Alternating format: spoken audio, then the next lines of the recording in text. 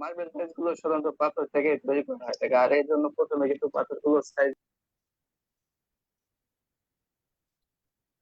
সাধু সাধু সাধু। শুভ সন্ধ্যা। আজ 26শে মে 2026, রোজ মঙ্গলবার।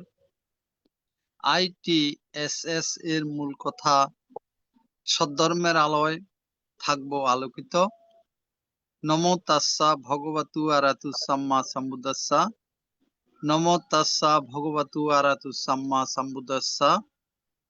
নমো তাস্সা ভগবতু আরাতু সাম্মা সম্বুদ্ধাস্সা। দেবমানব পূজ্য জগৎগুরু মহাজ্ঞানী তথাগত সম্যক সম্বুদ্ধকে বন্দনা জানাই। বন্দনা জানাই ITSS পেজের আশীর্বাদক ভারতের ষষ্ঠ সংঘরাজ শ্রদ্ধেয় ভদন্ত দিকপাল মহাথেরো বান্তেকে বন্দনা জানাই। আজকের পূজনীয় ধর্মদেশক ভান্তেকে বন্দনা জানাই।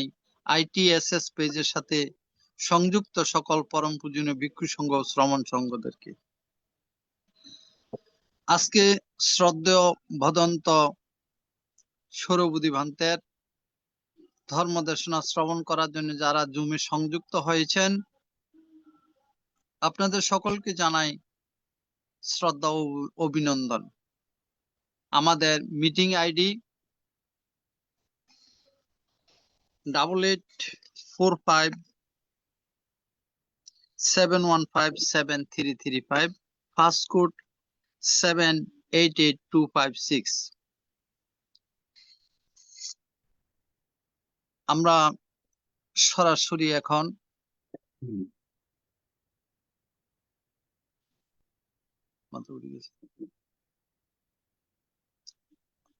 পঞ্চশীল প্রার্থনায় চলে যাব, তারপর ধর্মদেশনা। এখন পঞ্চশীল প্রার্থনা করছেন সম্মানিত উপাসক, প্রবাসী উপদেষ্টা ধর্মদর্শী বড়ুয়া মহোদয়। দাদাকে নমস্কার জানাচ্ছি। পঞ্চশীলের প্রয়োজন নাই, এমনি নামতস্তা বলে শুরু করবো আমরা। নমস্কার। পঞ্চশীল দেওয়ার বা নেওয়ার বিষয় না, আচরণের বিষয়। শুধু নমতাস্সা বলেন 3 বার। হ্যাঁ, একসাথে বলুন। নমো নমো তাস্সা ভগবতো আরহাতো সাম্মা সম্বুদ্ধাস্সা। নমো তাস্সা ভগবতো আরহাতো সাম্মা সম্বুদ্ধাস্সা। নমো তাস্সা ভগবতো আরহাতো সাম্মা সম্বুদ্ধাস্সা। আজকে পূজনীয় ধর্মদেশক ভান্তে আমাদের মাঝে যথাসময়ে সঠিক সময়ে আমাদের মাঝে উপস্থিত হয়েছেন। আন্তর্জাতিক ত্রিপিটক সদ্ধর্ম শিক্ষা ITSS জুম ভার্চুয়ালের মাধ্যমে এখন ধর্মদেশনা দান করছেন ধর্ম কথিক আশীন সৌরবুদ্ধি ভান্তে, রামু, কক্সবাজার। আসুন আমরা সবাই পূজনীয় ধর্মদেশক ভান্তেকে সাধুবাদের মাধ্যমে বরণ করে নিই। সাধু সাধু সাধু। আমি পূজনীয় ধর্মদেশক ভান্তেকে বন্দনা সহ পূজা জ্ঞাপন করছি আজকের ধর্মদেশনা দান অনুষ্ঠানে অংশগ্রহণ করার জন্য। বন্দনা ভান্তে।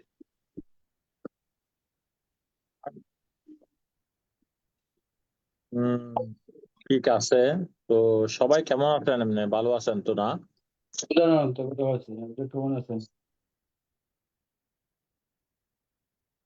আজকে মনটা খুব ভারাক্রান্ত, তবুও ITSS এর আহ্বানে আসলাম আর কি। কি হয়েছে? মন খারাপ। কি হয়েছে বানতে? আমার একজন পরম কল্যাণ মিত্র জ্ঞাতি মারা গেছেন আজকে সকালের দিকে। উনি একটু উনি হঠাৎ করে, আগে এই বিষয়টা একটু বলি, না বললে নিজের মধ্যে একটু জেলেসি হবে, এটা একটু বলি। উনি নিজ বাড়ি হচ্ছে যে ওনার রাঙ্গুনিয়া ইছামতিতে। তো উনি চাকরি সূত্রে ওনার মিসেসকে সহ নিয়ে তিনি এখানে থাকতেন, এক কন্যা এক ছেলে। আহ উনি সঙ্গীত জগতের মানুষ এবং উপজেলাতে তিনি চাকরি করতেন, ওনার কোয়ার্টার ছিল। ওনার নাম হচ্ছে যে রাজীব বড়ুয়া। হয়তো আপনারা অনেকে চিনবেন ওনাকে। হ্যাঁ, আজকে পোস্ট দিছে তো। হ্যাঁ, কক্সবাজার। হ্যাঁ, কক্সবাজার উনি উপজেলাতে থাকতেন। উনি, আমি সপ্তাহখানেক আগেও ওনাকে সূত্রপাত করেছি। উনি অনেক সুস্থ হয়ে গেছেন, ভালো ছিলেন। আজকেও নাকি গতকালকে রাতেও উনি পরিবারের সাথে খুব একটা ভালো সময় কাটিয়েছেন। তো সকালে আমাকে ফোন করলো যে বান্তে আপনার উপাসক মারা গেছেন। উনি আসলে এত বেশি আমার উপকারী ছিলেন, সব সময় সুপরামর্শ দান করতেন। এক কথায় বলতে গেলে ফিটার মতো ছিলেন।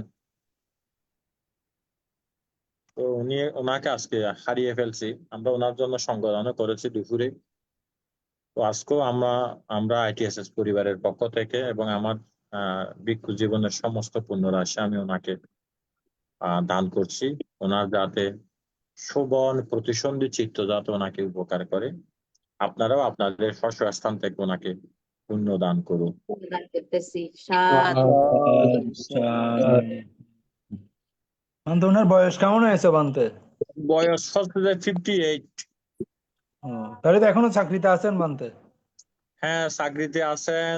উনি অত্যন্ত ফেমাস আমাদের কক্সবাজার জেলাতে, কিন্তু উনি চলে গেলেন আমাদেরকে। আসলে এভাবে মৃত্যু তো সেটা তো আছেই, তদুপরি আসলে এটা মানে রিসিভ করতে পারে না আর কি। কারণ ওনার কোন রকমের সিমটম ছিল না। তবে প্রথমে উনি একটু ভুল ট্রিটমেন্ট হয়েছিল। গাড়ি অ্যাক্সিডেন্ট করছিলেন কুরু স্কুল থেকে আসার পথে। যারা কক্সবাজার আমার মিলন বাবু চিনবেন, ওখানে একটা ব্রিজ ছিল, ব্রিজের কিছুটা অংশই আছিল, ভাঙা ছিল আর কি। তো ভাঙা থাকাতে উনি ওখানে ওনার যে অটো করে আসছিলেন, ওই অটোটার নাকি চাকাটা পরে যায়। তো পরে গিয়ে উনি ওখানে আঘাত পাইছেন। আঘাত পাওয়ার পরে উনি কি হলো, উনি মানে ফার্মেসি থেকে ইয়া করলেন, অ্যান্টিবায়োটিক খেলেন। অ্যান্টিবায়োটিক খাওয়ার পর ওনার শারীরিক যেহেতু এত বেশি উন্নতি করে নাই, রিকভার করে নাই, উনি পরেক্ষণে নাকি আবার একজন এমবিবিএস ডাক্তার দেখালেন। এমবিবিএস ডাক্তার নাকি আবার প্রেসক্রাইব করছেন যে অ্যান্টিবায়োটিক আবার খেতে হবে। এখন ডাবল অ্যান্টিবায়োটিক হয়ে গেছে ওনার। এটা শরীরে সেভাবে সার্ভাইভ না করে ওনার শরীরটা অনেকটা ফুলে গেল আর কি, পানি চলে আসলো। তো পানি চলে আসার পরে দেখা গেল কি, ওনার কিডনিতে সমস্যা দেখা যাচ্ছে, হার্টের সমস্যা দেখা যাচ্ছে, ফুসফুসের সমস্যা দেখা যাচ্ছে, থাইরয়েডের মধ্যে বিভিন্ন রকমের সমস্যা দেখা যাচ্ছিল। তো এর পরবর্তীতে চিটাঙে, ঢাকায় উনি অনেকদিন যাবত, প্রায় 3 মাস যাবত উনি ট্রিটমেন্ট করেছেন। তো অনেকটা সুস্থতার দিকে চলে আসছেন আর কি। ইন্ডিয়া যাওয়ার জন্য চেষ্টা করেছেন, 2বার ট্রাই করেছেন, কিন্তু বিষয়টা ঠিকভাবে হয়ে উঠে নাই আর কি। এটাও আসলে একটা কর্ম। তো পরক্ষণে উনি ভালো হয়ে গেছেন। তো ভালো হয়ে গেছেন, আমি সপ্তাহখানেক আগেও বাসায় গিয়ে গিয়ে সূত্রপাত করছি। আহ আমাকে সোয়াইংও দান করেছেন। তো ভালো, একদম আমি সুস্থ হয়ে গেছেন আর কি। কিন্তু পরিবারের সাথে গত রাতেও নাকি খুব ভালো সময় কাটিয়েছেন। উনি 12:30টার দিকে ঘুমাইছেন। আহ তো পরিবারের যেহেতু ওনার মিসেস ছিলেন উপাসিকা এবং ওনার কন্যা আছেন, ওনারা এক রুমের মধ্যে ছিলেন, উনি আলাদা রুমেতে ছিলেন। যেহেতু উনি ভালো আছেন, এখন রাতের মধ্যে উনি আমার থেকে যা মনে হলো আজকে দেখে স্ট্রোক করছেন আর কি। বান্তে তিনি স্ট্রোক করে চলে গেছেন। আপনারা একটু পুণ্যদান করবেন। কে বান্তে কে? এই তো আমাদের রাজীব বাবু। ও, শব্দ বানতে ইদানিং এমনি বেশি মারা যাচ্ছে। প্রায় এই মানে মৃত্যুর সংবাদ, আত্মীয় স্বজন নতুবা অমুক অমুক অমুক, আমার মনটা প্রায় খারাপ যাচ্ছে। না আসলে এই বছরটা এত ভালো না, মলও পাইছে তো। এই বছর তো মল বছর, কত মলে পাইছে, এত ভালো না। ওয়েদার আপডেটও ভালো না, মানুষের রোগ শোক বেড়ে গেছে, বিভিন্ন রকমের রোগ আক্রান্ত হচ্ছে। কি করবেন, এটা তো বানতে কর্ম তাই। এই বছর মনে পাইছে মানে? এটা বছরে 3 বছর পর পর মল হয় আর কি। মন মল মাস, মল বছর, হ্যাঁ, জ্যৈষ্ঠ মাস সারা মাসে মল মাস। মল আচ্ছা, মাস। এই বিষয় সম্পর্কে পরে একদিন মল সম্পর্কে আচ্ছা আলোচনা আচ্ছা, করবো।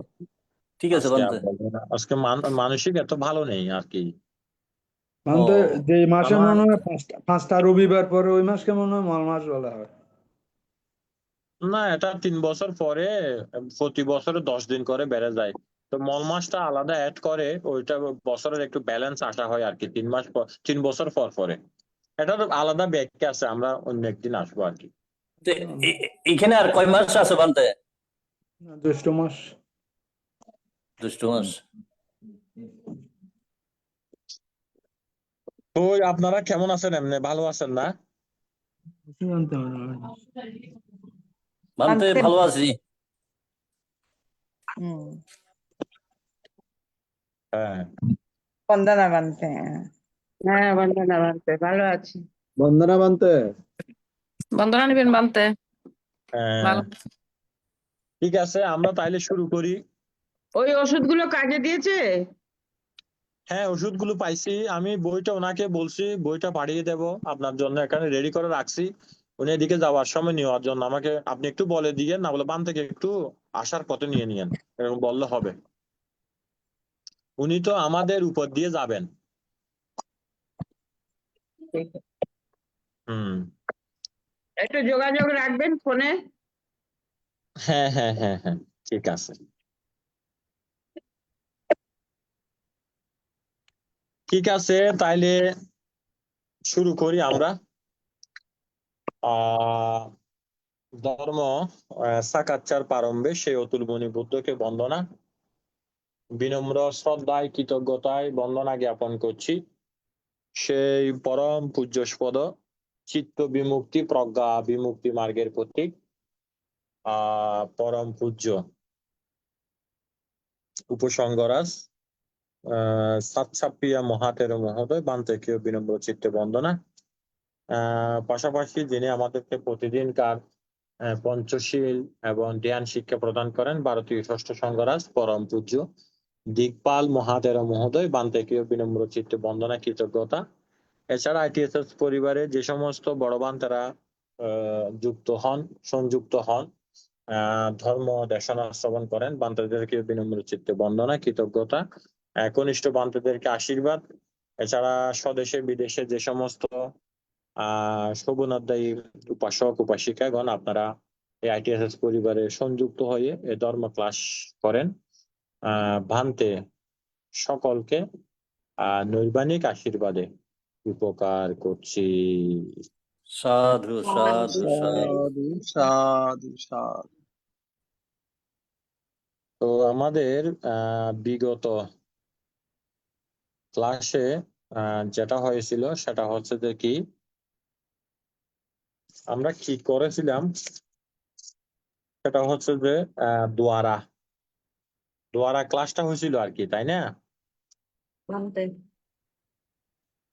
হ্যাঁ, তাইলে দোয়ারা ক্লাসটা দেখি। এখানে একটা বিষয় সবার কাছ থেকে জানছিলাম, ওই বিষয়টা একটু বলেন তো দেখি। আহ একটা শুধু ডেফিনেশন আর একটা উপমা এতটুকু বলবেন, এক গাদা উপমা বলার দরকার নেই, আলাদা আলাদা ভাবে বলবেন। একজনে যেটা বলে সেটা অন্যজনে বলবেন না, এভাবে বলবেন। সেটা হচ্ছে যে ভবাঙ্গ কি, আহ উপমা সহ বলুন। এবং ভবাঙ্গ চিত্ত কয়টি, কি কি? প্রথমে বলবেন দেবী বড়ুয়া, আমাদের আমেরিকা থেকে বলবেন উনি।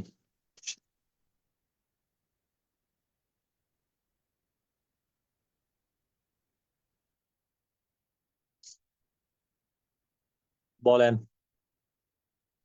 আপনি কি আমাদেরকে শুনতে পাচ্ছেন? শুনতে পাচ্ছি বানতে। বন্দনা নেবেন বানতে। হ্যাঁ, সবাইকে হ্যাঁ, নমস্কার। হুম। বলেন। ভবাঙ্গ চিত্ত কি উপমা সহকারে বলুন। ভবাঙ্গ চিত্ত কত প্রকার ও কি কি বলুন।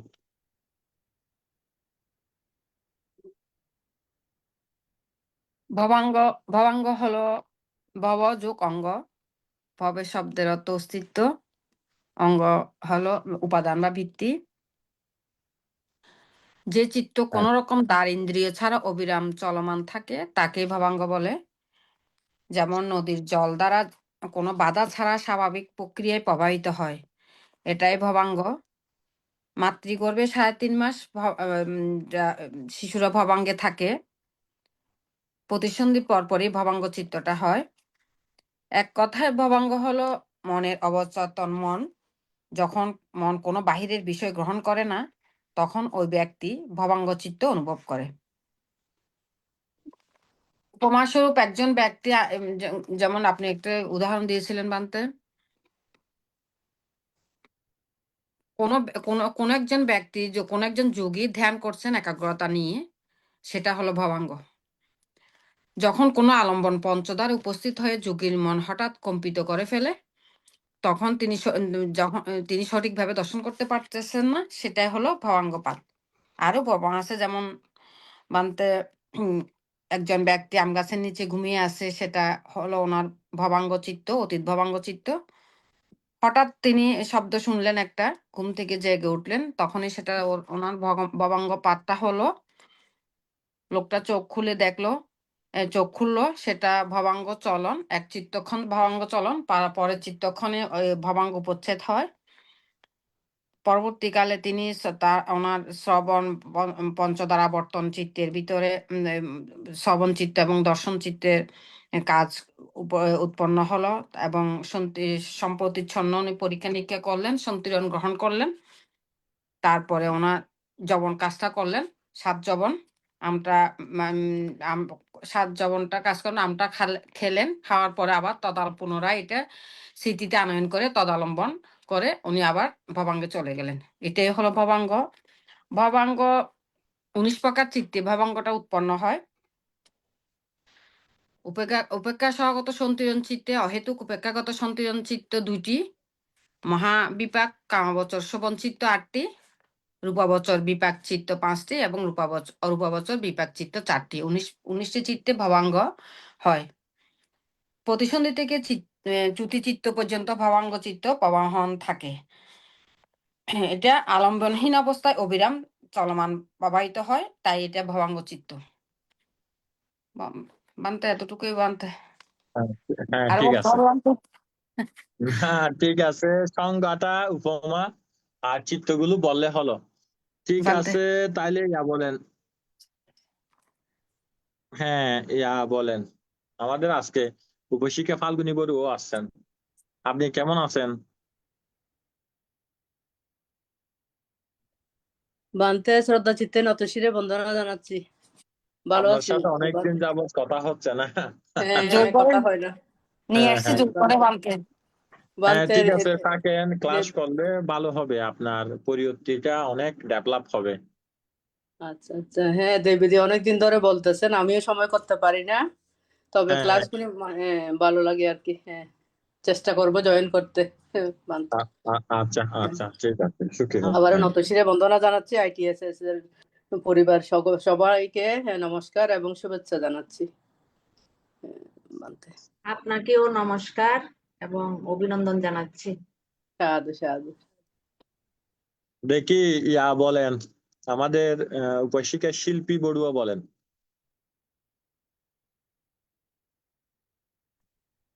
বান্তে বন্দনা। হ্যাঁ, বলেন। ভবাঙ্গ হচ্ছে ভবযোগ অঙ্গ। ভবাঙ্গ এটা একটা জীবনের অঙ্গ বা অনিবার্য কারণ। এটি একটি ব্যক্তি, যে কোনো মানুষ এক চিত্তক্ষণ অনুভব করে, দুই চিত্ত কখনো একসাথে অবস্থান করে না। প্রতিটি চিত্ত যে কোনো বিষয়ের সাথে জড়িত। যেমন কোনো ব্যক্তি ঘুমিয়ে থাকে, তখন তার কোনো অনুভূতি থাকে না, এই ধরনের চিত্তকে অভিধর্ম মতে ভবাঙ্গ বলে। এবং ভবাঙ্গ হচ্ছে অতীত ভবাঙ্গ, ভবাঙ্গ চলন, ভবাঙ্গ উপচ্ছেদ। যেমন কোনো একটা বাতি জ্বলতেছে, আপনি একটু উপমা দিয়েছেন, বাতি জ্বলতেছে, একটা বাতাস আসলো, এটা কম্পিত হলো, সেটা হচ্ছে অতীত ভবাঙ্গ। মানে তারপরে হচ্ছে আপনার আবার হঠাৎ করে সেটা আবার আবার জ্বলে উঠলো, এটাকে বলে ভবাঙ্গ চলন। আবার হঠাৎ করে এটা ধপ করে বন্ধ হয়ে গেল, সেটা হচ্ছে ভবাঙ্গ উপচ্ছেদ। তারপর এগুলি করে তারপর আপনার সন্ধিরন এই পঞ্চধারা বর্তন উৎপন্ন হয়। এটা এগুলি সব শব্দ গন্ধ রসের দিকে দাবিত হয় চিত্তটা। এটাকে দেখলে মনে হয় যেন যেটা গ্রহণ করাকে বলে সম্প্রীতিচ্ছন্ন, পরীক্ষা করাটা হচ্ছে সন্ধিরন চিত্ত। এবং এগুলি আবার উনি এগুলি করার পরে এটা ভূতপানা মানে আপনার মনোধারার ভিতরে চলে যায়। এবার তো এগুলি নিয়ে তো যখন আবার উনি অতীতে চলে যায় তখন ওটা আবার ভবাঙ্গ তদালম্বনে উৎপন্ন হয়। আবার এইটাকে বলে ভবাঙ্গ। ঘুমিয়ে পড়ে আবার চলে গেল, এটাকে বলে ভবাঙ্গ। জানি না এবার ঠিক আছে কিনা বলতে। না, মনুদার বর্তন চিত্তে যখন ওটা আসে তখন সেটা সিদ্ধান্ত নিয়ে ফেলে আর কি। একটা জিনিস হ্যাঁ। কনফিউজ আছে বলতে। হ্যাঁ, বলেন। বইতে দেখলাম একটা জায়গায় দেখলাম সন্তিরণ গ্রহণ করা, একটা জায়গায় দেখলাম পরীক্ষা নিরীক্ষা করা, কিন্তু সেটা নিয়ে একটু কনফিউজ আছে বলতে।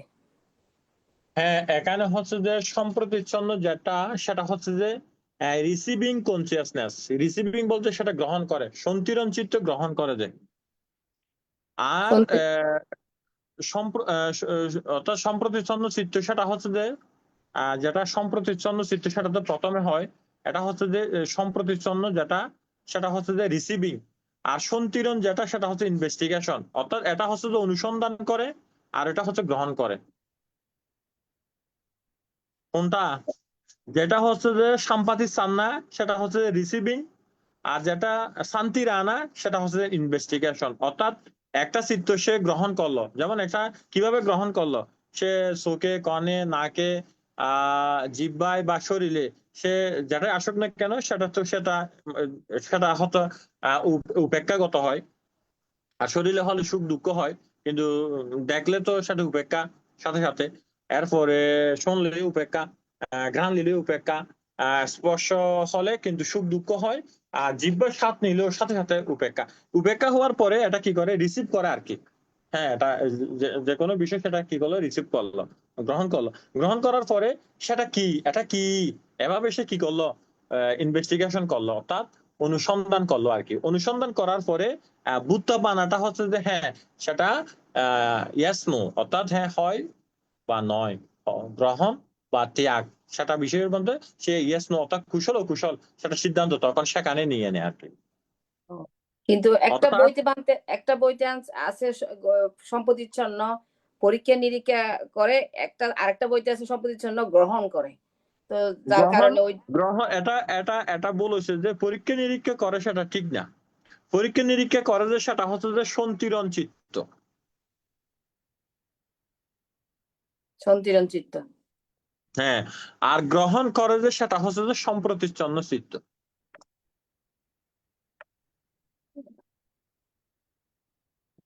এখন আমি ক্ষমা করবেন, আমি অ্যাকচুয়ালি উপায় দিবান থেকে মেসেজ দিছিলাম।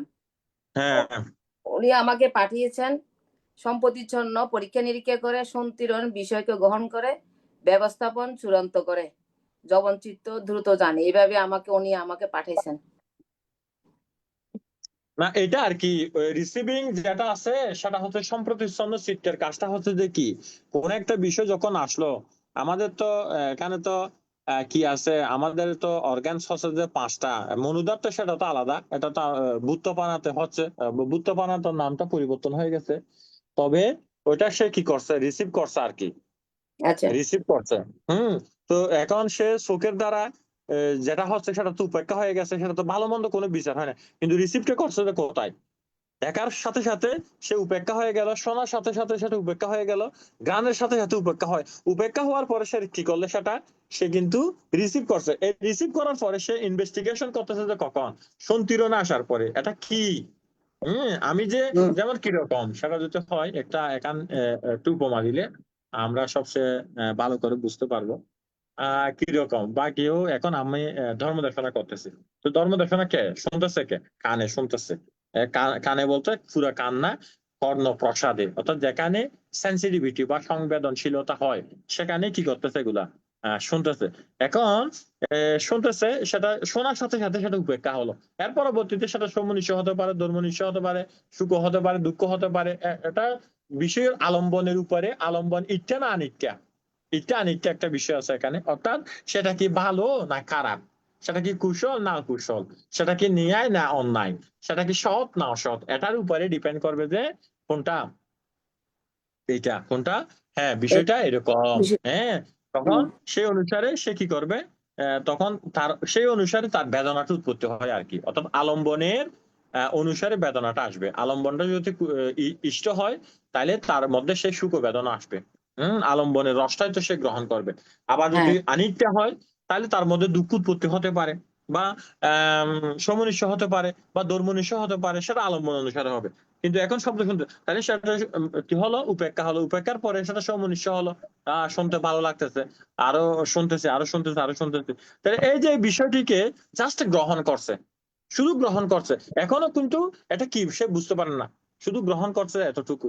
এটাই হচ্ছে যে গ্রহণটাই হচ্ছে যে এখানে কি হলো, এটা হচ্ছে যে সাম্পাডিসান না। এর পরবর্তীতে যেটা ইনভেস্টিগেশন বলতেছি বা শান্তিরানা যাবে, তখন সেটা সে এটা কি বা এটা কে বা দেড়শোটা করতেছেন যে এটা কে, ও এটা তো আকার আকৃতি গুলো আমার তখন চলে আসছে কিরকম, ও এটা সৌরবুদ্ধি বান্ধে দেশনা করতেছে বা অন্য কোনো বান্ধে দেশনা করতেছে। বা ফুলের ক্ষেত্রে এটা কি ফুল, এটা গাঁদা ফুল, জবা ফুল, হাসনা হেনা ফুল আলাদা আলাদা, বা এটা কে, এরকম বুঝতে পারে আর কি। এটাই হচ্ছে যে এই যে পরীক্ষা নিরীক্ষাটা করাটা হচ্ছে যে কার কাজ, সন্তিরণের কাজ। এরপরে একদম চূড়ান্ত ভাবে সিদ্ধান্তটা গ্রহণ করাটা হচ্ছে যে কি, এটা হচ্ছে যে বুদ্ধাপানা। এবং দ্রুতভাবে এটা ব্যাগ বলে আর কি, ব্যাগ এনার্জেটিক মোমেন্ট, এটা হচ্ছে যে জবন, এটা জবনে পড়ে গেল আর কি। অর্থাৎ তখন সেটা বিষ হয়ে যাবে আর কি। ঠিক আছে বান্তে। হুম, ঠিক আছে। তাইলে হ্যাঁ, আমাদের তাইলে ইয়া বলেন, শ্যামল বাবু বলেন, আপনি বলবেন যে ইয়াটা বলেন, আমাদের ওই ভবাঙ্গ চিত্রগুলো বলেন।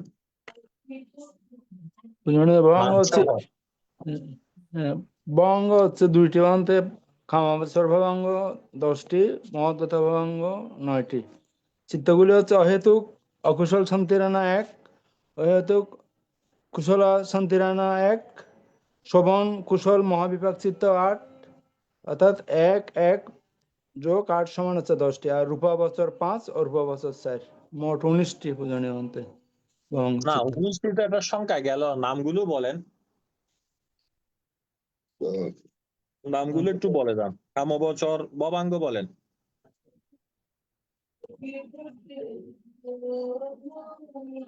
অকুশল শান্তিরানা অন্তে একটু সময় লাগবে, এগুলো একটু দেখতে হবে অন্তে। আচ্ছা, ঠিক আছে, অনিতা বড়ুয়া বলেন। বন্দনা বানতে আমি কি এই ভবাঙ্গটা ভানতে সবাই তো আমরা কি বলে যে, যেটা আমি তো বিষয়টা কিভাবে বলবো বুঝতেছি না, মানে আমরা তো সবাই একটা ডেফিনিশন অথবা অর্থ সবাই দিলাম, কিন্তু আপনি পরবর্তীতে যেটা একটা উপসংহারে যে ব্যাখ্যাটা দিলেন যে এক কথাই যদি ভবাঙ্গ বলো তাহলে কি বলবেন, মানে এই ধরনের কোনো লাস্টের যে কথাটা বলছেন আমি সেটাই বলি। সেটা হচ্ছে যে অতীতভাব ভবিষ্যতের এই কোনো বিষয় বা বস্তু যখন মনের উপর মানে আঘাত করলে তখন ওই ধর্মালম্বন হয়। ধর্মালম্বন মানে অতীতের ওই যে জেগে উঠে, অর্থাৎ ধর্মালম্বন হয় কোথায়, মনোধারে মানে তখন একটু ভবাঙ্গ ওই যে মানে যেটা আর কি, সেটা হচ্ছে যে হৃদবস্তু অর্থাৎ হার্ট বেস। তো ওই মনোধারে যখন একটু করে কম্পন হয়, সেটাই একরকম মানে ভবাঙ্গ। তো আবার এটাকে এভাবে বলা যায়, মানে যেহেতু এটা মনোধারে হয়, মন মানি তো মন, চিত্ত, মন, এগুলো তো মানে একাত্তর শব্দ। তো এটা যদি পঞ্চস্কন্ধরে ভাগ করা হয় তাহলে এটা নাম স্কন্ধের মধ্যে পড়ে যায়, মানে বেদনা সংজ্ঞা সংস্কার বিজ্ঞান।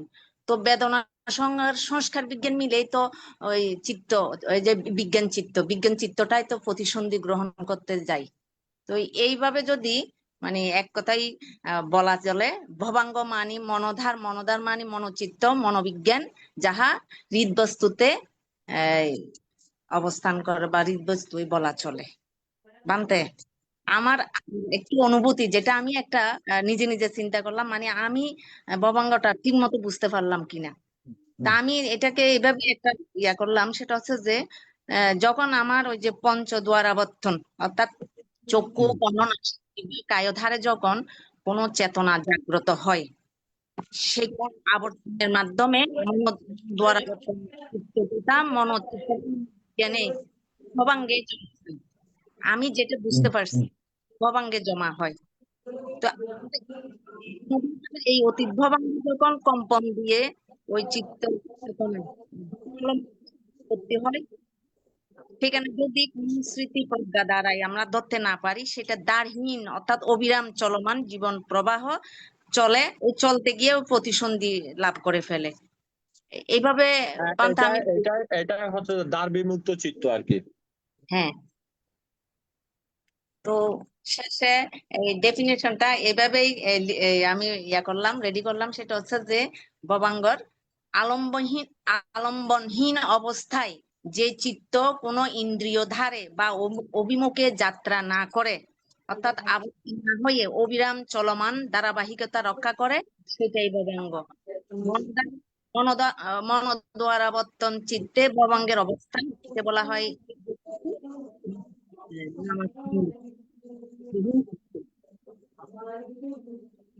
ধর্মের হচ্ছে মনোধার এবং কম্পিত ভঙ্গে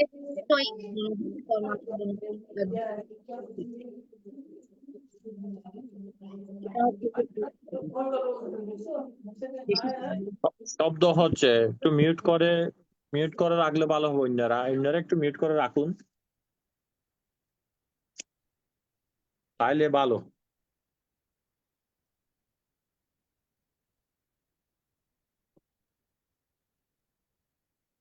হ্যালো, বামতে ওই যে আমি যেটা মানে নিজের থেকে উপলব্ধি করে বা আপনার দেশনায় যেটা বুঝতে পারলাম, মানে অনেকগুলো তো ডেফিনিশন হ্যাঁ, অনেক ভাবে বুঝেই এসে শেষে কথাই যেটা, সেটা হচ্ছে যে ওই হার্ট বেস বা মনোধার বা বিজ্ঞান মনোচিত্ত, ওইটাই একরকম, মানে ওইটাই ভবাঙ্গ।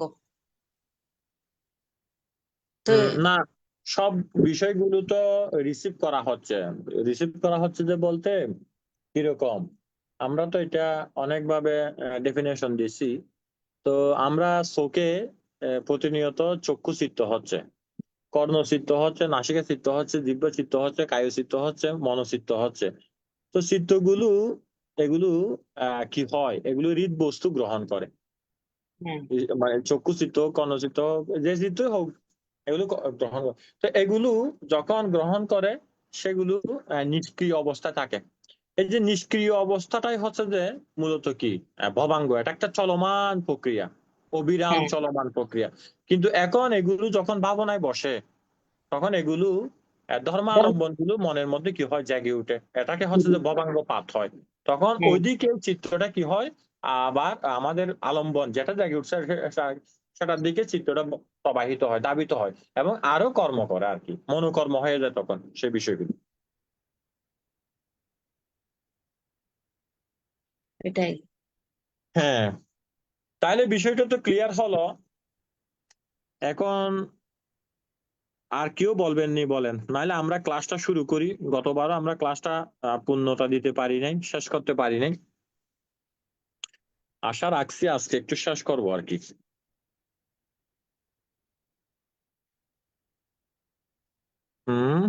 কেউ বলবেননি আর?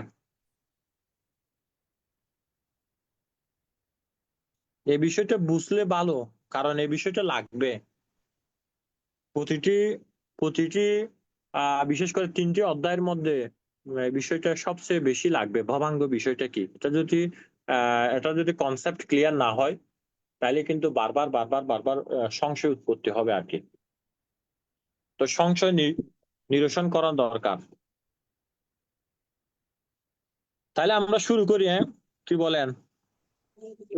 আমার একটা প্রশ্ন, ওই যে আপনার অকুশল সন্তিরানা চিত্ত, অহেতুক অকুশল সন্তিরানের চিত্তটার নামটা একটু বুঝুন, এবং তার হচ্ছে আপনার অহেতুক কুশল সন্তিরানা, এই একটা চিত্ত আমি একটু যদি বলেন বুঝানোর মতো। আমি বিভক্ত চিত্তটা পাচ্ছি, শুভম কুশল মহাবিভক্ত চিত্ত, কিন্তু ওই দুইটা চিত্ত বলাঙ্গ চিত্ত হচ্ছে যে একটা হচ্ছে যে অহেতুক অকুশল উপেক্ষা সন্তিরণ চিত্ত 1, আর অহেতুক কুশল উপেক্ষা সন্তিরণ চিত্ত 2, তারপর হচ্ছে যে কামবচর শোভন বিপাক চিত্ত আছে 8টি। কি কি আছে? সোমানাসা সাহাগাতা ইয়ানা সাম্পায়ুত্ত আসাঙ্কারিকে একাং সাসাঙ্কারিকে একাং, আরেকটা হচ্ছে সোমানাসা বুঝি নাই, উৎপেয়ুত্তম অসংকারিকা ইয়ানা উপেয়ুত্তং আসাঙ্কারিকে একাং সাসাঙ্কারিকে একাং, উপেক্ষা সাহাগাতা ইয়ানা সাম্পায়ুত্তং আসাঙ্কারিকে একাং সাসাঙ্কারিকে একাং, উপেক্ষা সাহাগাতা ইয়ানা উপেয়ুত্তং আসাঙ্কারিকে একাং সাসাঙ্কারিকে একাং, ইমানি 8টাপি কামবাসারা সোওয়ানা উইপাকা চিত্তানি নামা ওয়েদিতাব্বান, এর 8টা। এর পরবর্তীতে হচ্ছে রূপবচর চিত্ত 5টা আছে।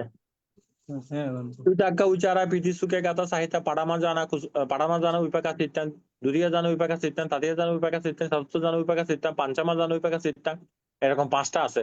এর পরবর্তীতে হচ্ছে যে কি আকাশ অনন্তায়তন, বিজ্ঞান অনন্তায়তন, আকিঞ্চ অনন্তায়তন, নেমাশয় নাশয় অনন্তায়তন, আর উপবাজারা উইপাকা চিত্তান, মানে অরূপবচর বিপাক চিত্ত, এরকম আছে 4টা।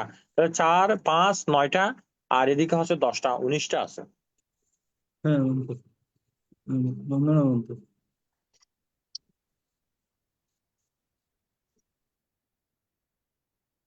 আমাদের প্রদীপ বাবু বলবেন নি আপনি? ভান্তে বন্দনা, আমি এমনি বলেন। ওই যে প্রিপারেশন নিয়ে রাখছিলাম লিখে, কিন্তু ওই খাতাটা মনে করছি যে বন্ধের ভিতরে চিটাং চলে যাব, খাতাটা আনি নাই বানতে। এখন হয়তো বললে ওই অগোছাল হয়ে আচ্ছা, যাবে। তাহলে আপনি পরবর্তী নেক্সট ক্লাসে বলিয়েন।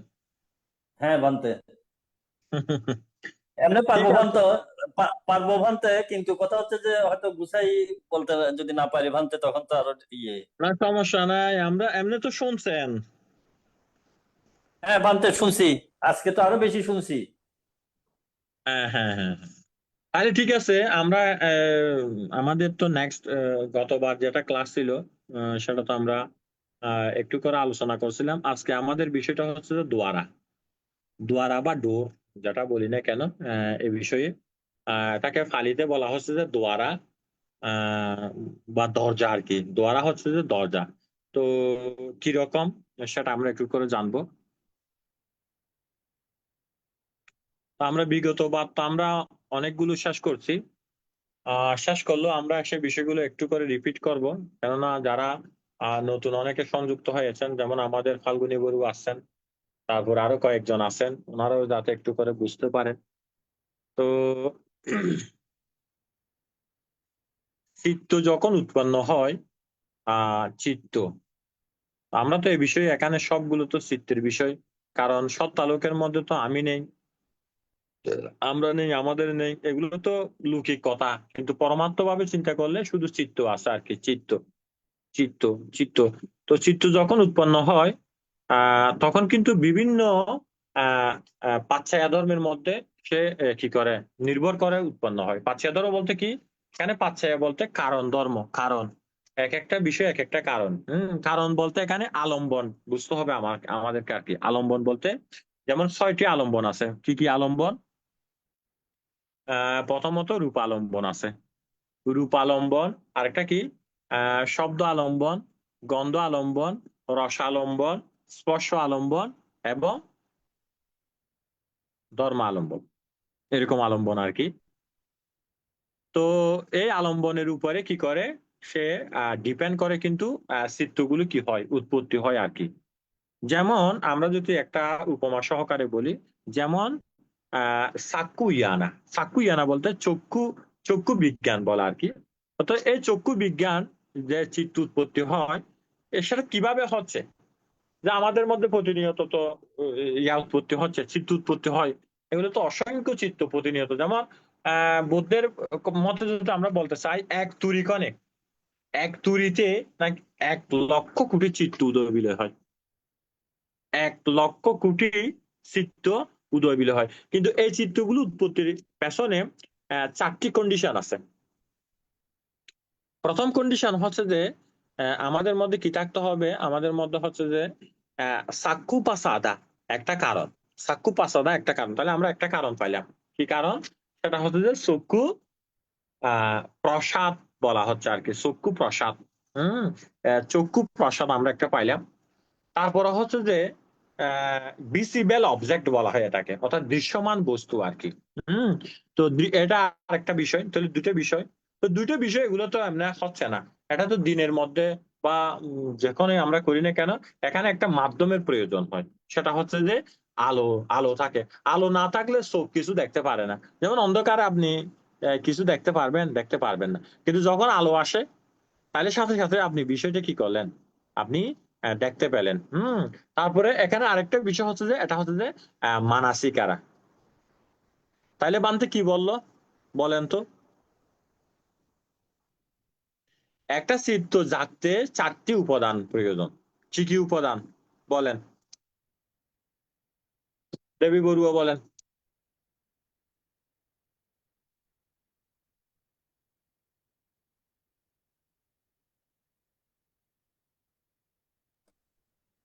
পাতে বন্দনা নিবেন। হ্যাঁ, চিত্ত উৎপত্তি হওয়ার ক্ষেত্রে যেমন যে পাঁচ ছায়া ধর্ম বা কন্ডিশন ধর্ম, কন্ডিশন কি কি?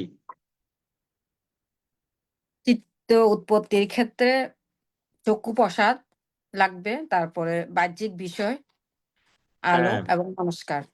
এই চারটি একসাথে হলে চক্ষু বিজ্ঞান চিত্ত উৎপন্ন হয়। হ্যাঁ, এটাকে ফালিতে বললে দুইয়াং পাটিচ্চা উইয়ানাং বলা হয়েছে আর কি, অর্থাৎ দুইটা বিষয় সংযুক্ত হলে, এগুলো যে ভিতরে আছে তার দুইটা বিষয় সংঘর্ষ হলে তখন সেটা চক্ষু চিত্ত, কর্ণচিত্ত, নাসিকা চিত্ত, জিহ্বা চিত্ত, কায় চিত্ত, মনচিত্ত, এরকম এরকম আর কি। কিন্তু ভিতরের বিষয় হচ্ছে যে এই 4টি বিষয়। কি বিষয়? অর্থাৎ চক্ষু প্রসাদ বলতে এটাকে হচ্ছে যে আই সেন্সিটিভিটি বলা হয় আর কি। তো চক্ষু প্রসাদ অর্থাৎ যেখানে সংবেদনশীলতা আছে, পুরো চক্ষু না, এটাকে হচ্ছে যে পুরো চক্ষু না, শুধু আই সেন্সিটিভিটি। আই সেন্সিটিভিটি বলতে কি? অর্থাৎ চোখের সংবেদনশীলতা, যেখানে চোখের এটাকে কি বলা হয়, এটাকে রেটিনা বলা হয় আর কি। রেটিনা বলা হয়। এই রেটিনাটা হচ্ছে যে চক্ষু প্রসাদ। এরপরে হচ্ছে যে ভিজিবল অবজেক্ট, অর্থাৎ বাইরের দৃশ্যমান বস্তু, সেটা ফুল হতে পারে, নারী হতে পারে, পুরুষ হতে পারে, যে কোনো কিছু, এভরিথিং হতে পারে। এরপরে হচ্ছে যে লাইট, আলো লাগবে, এবং মানসিকারা বা মনস্কার। এভাবে কিন্তু কি হয়, বিশেষ করে আমাদের চিত্তগুলো উৎপত্তি হয়। তো চেতনা উৎপত্তির একটি কিন্তু কি আছে, কারণ আছে অভিধর্মে, সেটাকে বলা হচ্ছে যে মূলত চেতনা। চেতনা বলতে এখানে কি, চিত্ত, অর্থাৎ চিত্ত উৎপত্তির যে কারণ, সেটাই হচ্ছে যে অভিধর্মের ভাষায় সেটাকে বলা হচ্ছে যে দ্বারা। দ্বারা, দ্বারা বা দরজা। সেরকম কি কি আছে? চক্ষু দ্বারা, শ্রোতা দ্বারা, গানা দ্বারা, জিহ্বা দ্বারা, কায়া দ্বারা, মানু দ্বারা। এগুলোকে অভিধর্মে দ্বারা বা দরজা বলা হয়। তো এক্ষেত্রে দ্বারা শব্দটি অর্থাৎ দ্বার শব্দটি সাধারণত দরজা অর্থে ব্যবহৃত হয়। যেমন আমরা বলি না, যখন লোকেরা বলে যে চোর ঢুকে, ভাবনায় আসলে বলে না চোর ঢুকে কোন দরজা দিয়ে, চক্ষু দরজা দিয়ে চোর ঢুকে, কর্ণ দরজা দিয়ে চোর ঢুকে, নাসিকা দরজা দিয়ে চোর ঢুকে, জিহ্বা দরজা দিয়ে চোর ঢুকে, কায় দরজা, এই দরজা, এটাই হচ্ছে যে দরজা।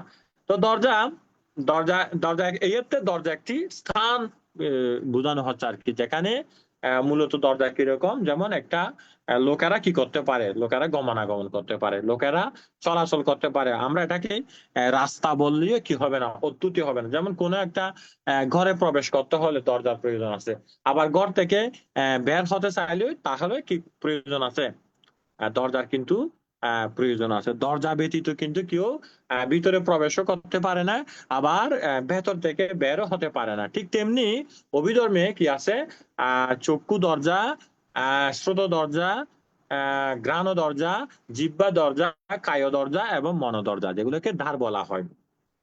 কারণ চেতনা এগুলোর মাধ্যমে কি হয়, উৎপত্তি হয়। চেতনা বলতে ক্ষেত্রে চিত্ত আর কি, চিত্তটা সবগুলো চিত্ত উৎপত্তি হয় এক্ষেত্রে। তো এখানে রূপক অর্থে এটাকে কি বলা হচ্ছে, এটাকে চেতনা বলা হচ্ছে, এটাকে চিত্ত বলা হচ্ছে। কিন্তু আসলে এক্ষেত্রে এটাকে আমরা যেহেতু দ্বার সম্পর্কে বলতেছি, এই ধার গুলো হচ্ছে যে চক্ষুদ্বার, শ্রোতদ্বার, ঘ্রাণদ্বার, জিহ্বাদ্বার, কায়দ্বার, মনদ্বার। এই ধারগুলোর দিয়েই মূলত কি করে আলম্বন গুলো কি করে প্রবেশ করে। তো আলম্বন গুলো যখন কি করে প্রবেশ করে, এটা যখন আঘাত করে আর কি, তখন কিন্তু এই প্রক্রিয়াটাই হচ্ছে যে ধার বলা হয় আর কি। তো অভিধর্মে এরকম মূলত 6টি দ্বার আছে। তো প্রথম দ্বারটা হচ্ছে যে চক্ষুদ্বার, শ্রোতদ্বার, ঘ্রাণদ্বার, জিহ্বাদ্বার, কায়দ্বার। তো চক্ষুদ্বার বলতে পুরো চোখকে কিন্তু বোঝাচ্ছে না, অর্থাৎ সম্পূর্ণ চোখ না, চোখের সংবেদনশীল অংশটাকে বোঝাচ্ছে, অর্থাৎ যেটাকে বলা হচ্ছে যে আই সেন্সিটিভিটি বলা হচ্ছে। এবং বাইরের সংবেদনশীল অংশ অর্থাৎ দৃশ্যমান যে ভিজিবল অবজেক্ট আছে, এটা যখন আঘাত করে তখন এটি কিন্তু কি হয়, যে কোথায় আঘাত করে, এটা রেটিনের উপর পড়ে। তো রেটিনের উপর যখন পড়ে বহু সূক্ষ্ম রূপকণা অবস্থান করে, এগুলোকে মূলত সংবেদনশীলতা বা প্রসাদ হিসাবে বুঝতে হবে। প্রসাদ বলতে ক্ষেত্রে পাসাদা, বুদ্ধের ভাষায় বলা হচ্ছে যে এটাকে পাসাদা, আর আমাদের ভাষায় বা আমরা যেটা বলি আমাদের সহজ ভাষা সেটা হচ্ছে যে প্রসাদ। তো প্রসাদ বলতে বিল্ডিং মনে করা যাবে না, বা অনেকে তো বলে যে রাজার প্রসাদ, রানীর প্রসাদ, এরকম প্রসাদ না। এই প্রসাদ হচ্ছে যে স্বচ্ছ, পরিষ্কার। যেমন স্বচ্ছ স্বচ্ছ দর্পণে আলোর প্রতিফলন হয়, সেরকম আর কি। দর্পণ বলতে ক্ষেত্রে আয়না, অর্থাৎ সেই আয়নাতে যেমন আলোর প্রতিফলন হয়, ঠিক তদ্রুপ ভাবে আমাদের যে চক্ষু প্রসাদ আছে, সেই চক্ষু প্রসাদে বাইরে যখন আলম্বনটা আসে তখন সেটা চক্ষু চিত্ত জাগে। ঠিক শ্রোত ধারক পুরো কানকে কিন্তু বুঝায় না, অর্থাৎ যে পুরা যে কান আছে সে কানকে কানের ভিতরে যে কর্ণ গহ্বর আছে, এই কর্ণ গহ্বরের যে সংবেদনশীল অংশটা আছে, সেখানে এমন এক ধরনের অংশ আছে যেখানে শব্দের কি হয়, কম্পন হয় বা আঘাত হয়, যেটাকে আমরা ফ্রিকুয়েন্সি বলি আর কি। ফ্রিকুয়েন্সি দূরের শব্দগুলো যখন কর্ণপ্রসাদের মধ্যে ডক ডক ডক, কানের মধ্যে শব্দ নেই, বাইরের আওয়াজের মধ্যে কি নেই, শব্দ নেই, কিন্তু দুইটা বিষয় যখন সংঘর্ষ হয় তখনই কিন্তু শব্দ উৎপত্তি হয়। যেমন এটার একটা ফাটানের মধ্যে একটা উপমা আছে, বলে যে ডোলের মধ্যে শব্দ নেই, ডোলের কাঠিতেও শব্দ নেই। তো ডোলের সাথে কাঠির যখন সংঘর্ষ হয়, ঢাং ডাং ডাং যখন সংঘর্ষ হয়, তখন কিন্তু শব্দটা কি করে, বেজে উঠে। অর্থাৎ কোথাও নেই, কিন্তু দুটি বিষয়ের সংঘর্ষে এই বিষয়টা কি হয়, শব্দটা বাজে আর কি। এরকম করে আমাদেরকে কি করতে হবে, বুঝতে হবে আর কি। তো এটা হচ্ছে যে মূলত সেটা হচ্ছে যে শ্রোতা দ্বারা, অর্থাৎ শ্রোতা দ্বারা উৎপন্ন হয় আর কি অনুভূতিটা। এর পরবর্তী যেটা আছে সেটা হচ্ছে ঘ্রাণা দ্বারা, অর্থাৎ ঘ্রাণা দ্বারাটা পুরা কিন্তু পুরা নাসিকা না, নাসিকার যে সংবেদনশীলতা আছে, যেটার মধ্যে গন্ধ গন্ধ পায়, অর্থাৎ নাকের মধ্যে যে প্রসাদ আছে যেখানে গন্ধটা উপলব্ধি করতে পারে, সেটা সুগন্ধি হোক দুর্গন্ধি হোক, যে গন্ধে হোক, সে অংশটা হচ্ছে যেখানে ঘ্রাণা দ্বারা। এরপরে জিহ্বা দ্বারা, তো জিহ্বা প্রসাদের মধ্যে যেটা রস পড়ে তখন সে বুঝতে পারে, স্বাদ অনুভব করতে পারে, অর্থাৎ টেস্ট সে বুঝতে পারে। আর কায় দ্বারা হচ্ছে যে কিছুটা ভিন্ন, যেমন চক্ষুদ্বারের মতো সেটা সেরকম না, শ্রোতদ্বারের সাথে সেটা শুধু তো কানে হয়, আর ঘ্রাণদ্বার সেটা শুধু নাকে হয়, জিহ্বাদ্বার শুধু জিহ্বাতে হয়, কিন্তু কায়দ্বারটা সমগ্র শরীরে কিন্তু কি থাকে, বিস্তৃত থাকে। তবে কয়েকটি অংশের মধ্যে কিন্তু এই সেন্সিটিভিটিটা কাজ করে না। যেমন চুলের উপরিভাগ বলতে অগ্রভাগের মধ্যে কি করে না, কায়দারের যে সেন্সিটিভিটি আছে সেটা কাজ করে না। যেমন আরেকটা আছে শুষ্ক বিশেষ করে ত্বক। শুষ্ক ত্বক বলতে দীর্ঘদিনের পুরানো ঘা, এই পুরানো ঘা গুলোর মধ্যে কি থাকে না, এরকম সেন্সিটিভিটি থাকে না। এবং আমাদের যে নখ আছে, পায়ের নখ, হাতের নখ, এই নখের মধ্যেও কি থাকে না, নখের অগ্রভাগে কি থাকে না, এরকম সেন্সিটিভিটি থাকে না, অর্থাৎ কায় প্রসাদ সেখানে নেই। অন্য স্থানে যদিও বা আছে, কিন্তু সেই স্থানের মধ্যে নেই। কোথায় কোথায় নেই, একত চুলের অগ্রভাগে, নখের অগ্রভাগে, শুষ্ক ত্বকের মধ্যে এবং পুরানো যে ঘা আছে, এই পুরানো ঘায়ের মধ্যেও এরকম কি নেই, প্রসাদ নেই আর কি, বা অর্থাৎ দেহের যে সংবেদনশীলতা সেটা বিরাজমান নয়। কিন্তু আর যত শরীরের অংশ রয়েছে, এই শরীরের অংশদের মধ্যে এই সেন্সিটিভিটিটা কিন্তু কি করে, বিরাজমান হয়। এই কারণেই শরীরের যে কোনো স্থানের মধ্যে স্পর্শ করা হলে আমরা কি পাই, আমরা ফোটাব্বা বলতে স্পর্শ অনুভূতিটা কি করি, আমরা অনুভব করি, এটা আর কি। তো এর পরবর্তীতে যেটা আছে সেটা হচ্ছে নেক্সট, এটা হচ্ছে যে মানা দ্বারা বা মাইন্ড ডোর, অর্থাৎ মনোধার বা মনোধার। সেই মনোধার হচ্ছে কিরকম, যেমন অভিধম্মত্ব স্বরূপ সংগ্রহের মধ্যে আছে যে ভবাঙ্গ হচ্ছে মূলত মনোধার। অর্থাৎ আমরা ইতিপূর্বে যেটা নিয়ে আলোচনা করেছি, সেটাকে বলা হচ্ছে ভবাঙ্গটাই পুরো মনোধার। কেননা মনোধারের মধ্যে যেমন প্রতিসন্ধি চিত্ত, ভবাঙ্গ চিত্ত, শ্রুতি চিত্ত, তিনটাই কিন্তু হচ্ছে যে একই রকম কাজ। প্রতিসন্ধি চিত্তের যে চিত্তগুলো, ভবাঙ্গ চিত্ত সেই চিত্তগুলো, এবং শ্রুতি চিত্তের মধ্যেও কি হয় সেই চিত্তগুলো। অর্থাৎ প্রথম 5টি দ্বারের মধ্যে মনুদার কিন্তু রূপে স্কন্ধ নয়, এটা বরং নামের স্কন্ধ। কিন্তু ইতিপূর্বে আমরা যেগুলো আলোচনা করেছি, চাক্ষু দ্বারা, শ্রোতা দ্বারা, ঘানা দ্বারা, তারপরে কি জিহ্বা দ্বারা, কায়া দ্বারা, এগুলো হচ্ছে রূপের স্কন্ধ। আর মানা দ্বারা এটা হচ্ছে যে নামের স্কন্ধ। অর্থাৎ চক্ষু দ্বারা রূপের স্কন্ধ, আর এটা হচ্ছে যে মন বা নাম ধর্মটা হচ্ছে যে নামের স্কন্ধ। এখানে সেজন্য ভবাঙ্গ বিষয়টাকে কি করতে হবে, ভালো করে আমাদেরকে বুঝে নিতে হবে, আমরা সেই বিষয়টি যেন ভুল না করি। তো ভবাঙ্গ হচ্ছে যে মূলত 19টি চিত্তের মধ্যে হয়। কি কি হয়? উপেক্ষা সহগত সন্তিরণ চিত্ত আর 2টা, আর কামবছর শোভন বিপাক চিত্ত 8টা, রূপবছর বিপাক চিত্ত 5টা, অরূপবছর বিপাক চিত্ত 5টা। এই 19টা চিত্ত প্রতিসন্ধি, ভবাঙ্গ, শ্রুতি, এই 3টি কার্য কিন্তু কি করে, সম্পাদন করে। যেমন আমরা ফাংশনের মধ্যে আমরা যখন করেছি, আমরা ফাংশন সাপটা নিয়ে আমরা যখন আলোচনা করেছিলাম, তাইলে সেখানে বলা হচ্ছে যে আমাদের যে প্রতিসন্ধি চিত্তর কাজ করে যে হচ্ছে যে এই চিত্তগুলা, কোন চিত্তগুলো? 19 প্রকার চিত্ত। আবার কি কাজ করে? ভবাঙ্গের কাজও করে যে সেই 19 প্রকার চিত্তগুলো। আবার শ্রুতির কাজ করে সেই 19 প্রকার চিত্তগুলো। তো সেজন্য এই ভবাঙ্গকে মনুদার বলা হয়। বিশেষ করে মনুদার রূপেই 19 প্রকার চিত্ত কিন্তু ভবাঙ্গ হিসাবে আমাদেরকে কিন্তু কি করতে হবে, বুঝতে হবে। যেমন অতীতের কোনো বস্তু বা ভবিষ্যতের কোনো বস্তু যখন মনের উপরে আঘাত করে, তখন মনের উপরে এসে উপস্থিত হয়, এক্ষেত্রে আঘাত বলতে এসে উপস্থিত হয় আর কি, তখন কিন্তু কি হয়, এই মনোধার দিয়ে কিন্তু আসছে। যেমন আমাদের জন্মান্তরের অসংখ্য কর্মের হেতু আছে। আমরা কায়িক কর্ম, বাসনিক কর্ম, মানসিক কর্ম, চক্ষু দ্বারে, কর্ণদ্বারে, নাসিকা দ্বারে, জিহ্বা দ্বারে, কায় দ্বারে আমরা যে কর্মগুলো করে জমা রেখেছি, সবগুলো আমাদের হচ্ছে হাদায়া ওয়াত্তু বা হৃদ বস্তু।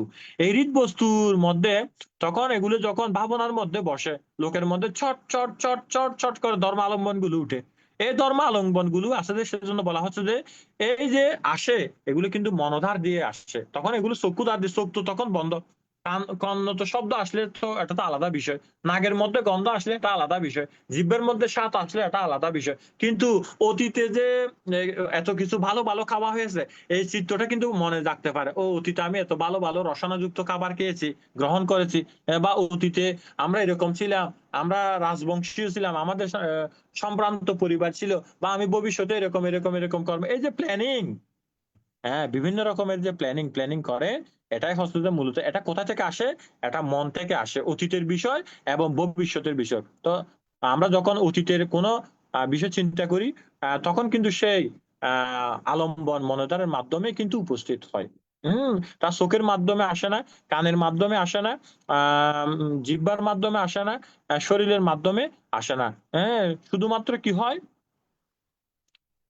কি হয়, কারণ সেই আলম্বন বর্তমানে উপস্থিত নেই। অর্থাৎ রূপ আলম্বন সেটা এখন বর্তমানে উপস্থিত নেই, শব্দ আলম্বন বর্তমানে উপস্থিত নেই। কিন্তু উপস্থিত না থাকলেও এগুলো হৃদ বস্তুর মধ্যে আছে, যেটাকে বলা হচ্ছে যে হাদায়া ওয়াত্তু।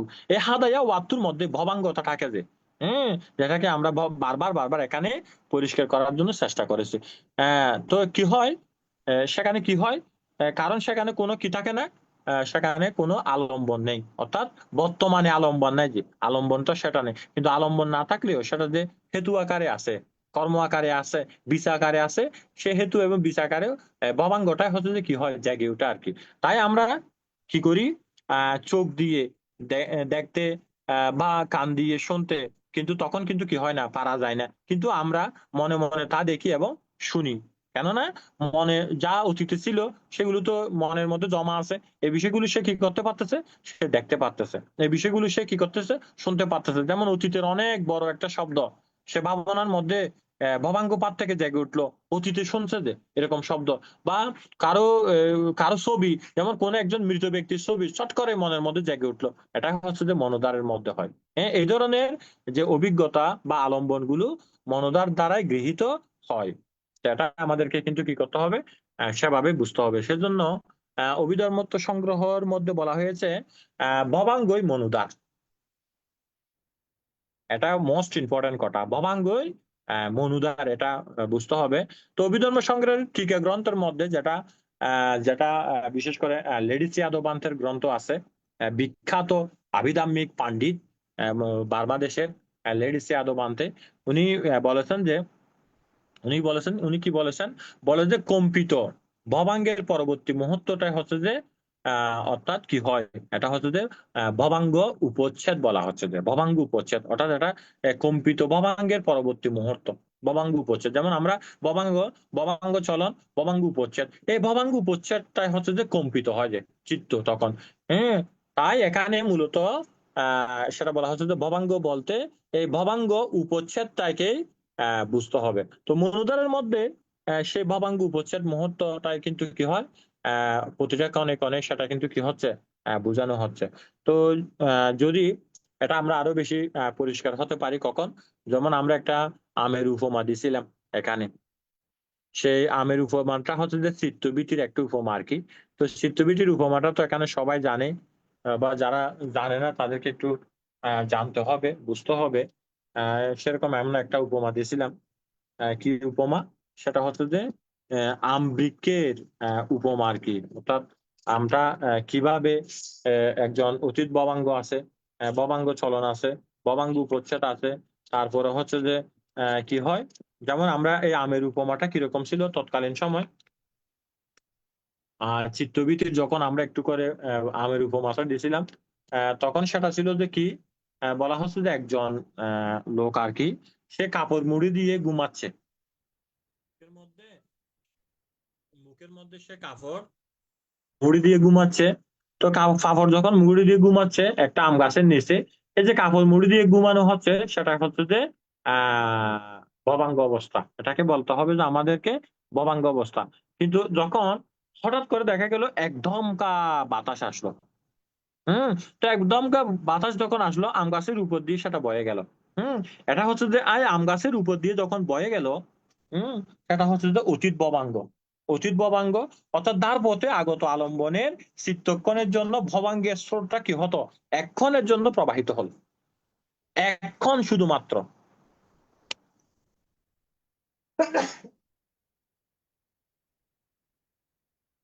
তাহলে কি হলো, সেটা এক্ষণ চিত্তের জন্য সেটা প্রবাহিত হলো। এখন সে বাতাস যখন হলো তখন শাখাগুলো কি হচ্ছে, এগুলো দুলতেছে বাতাসের কারণে। এই যে দুলতেছে, এটা ভালো করে বুঝবেন আপনারা, এই যে ভালো করে সেগুলো যে দুলতেছে, এই যে দোলনাটা হচ্ছে যে ভবাঙ্গ চলন, অর্থাৎ এক্ষণের চিত্তের জন্য ভবাঙ্গটা কি হলো, কম্পন উপস্থিত হলো আর কি, কম্পনটা আসলো। এরপরে দেখা গেল পরক্ষণে একটি আম সে তার বৃত্ত থেকে চ্যুত হলো, অর্থাৎ ভূপাতিত হলো আর কি। এই যে ভূপাতিত হলো সেটা হচ্ছে যে ভবাঙ্গ উপচ্ছেদ, অর্থাৎ এখনো চিত্তের জন্য ভবাঙ্গ সক্রিয় আলম্বন পরিত্যাগ করলো, এটা বুঝতে হবে। এর পরবর্তীতে যেটা আছে সেটা হচ্ছে যে বলা হচ্ছে যে লোকটা যখন এভাবে আসে তখন পতনের যখন সে তো ঘুমিয়েছিল এতক্ষণ পর্যন্ত, তো পতনের শব্দের কারণে সে কি করলো, কাপড়টা একটু উপরে তুললো, মুখ থেকে সরালো আর কি, কি পড়লো, হ্যাঁ, এই যে মুখ থেকে সরানোটা এটা হচ্ছে যে মনস্কার জাগলো আর কি। অর্থাৎ সেদিকে এটাকে বলা হচ্ছে যে পঞ্চদার বর্তন। ওই যে আমরা বলছিলাম না পঞ্চদার বলতে কি, এটা চক্ষুদার, কর্ণদার, নাসিকাদার, জিহ্বাদার, কায়দার, এই যে পঞ্চদার বর্তন এবং সাথে সাথে মনস্কার কেন না, অর্থাৎ ওইদিকে মনস্কার বলতে মনোযোগ।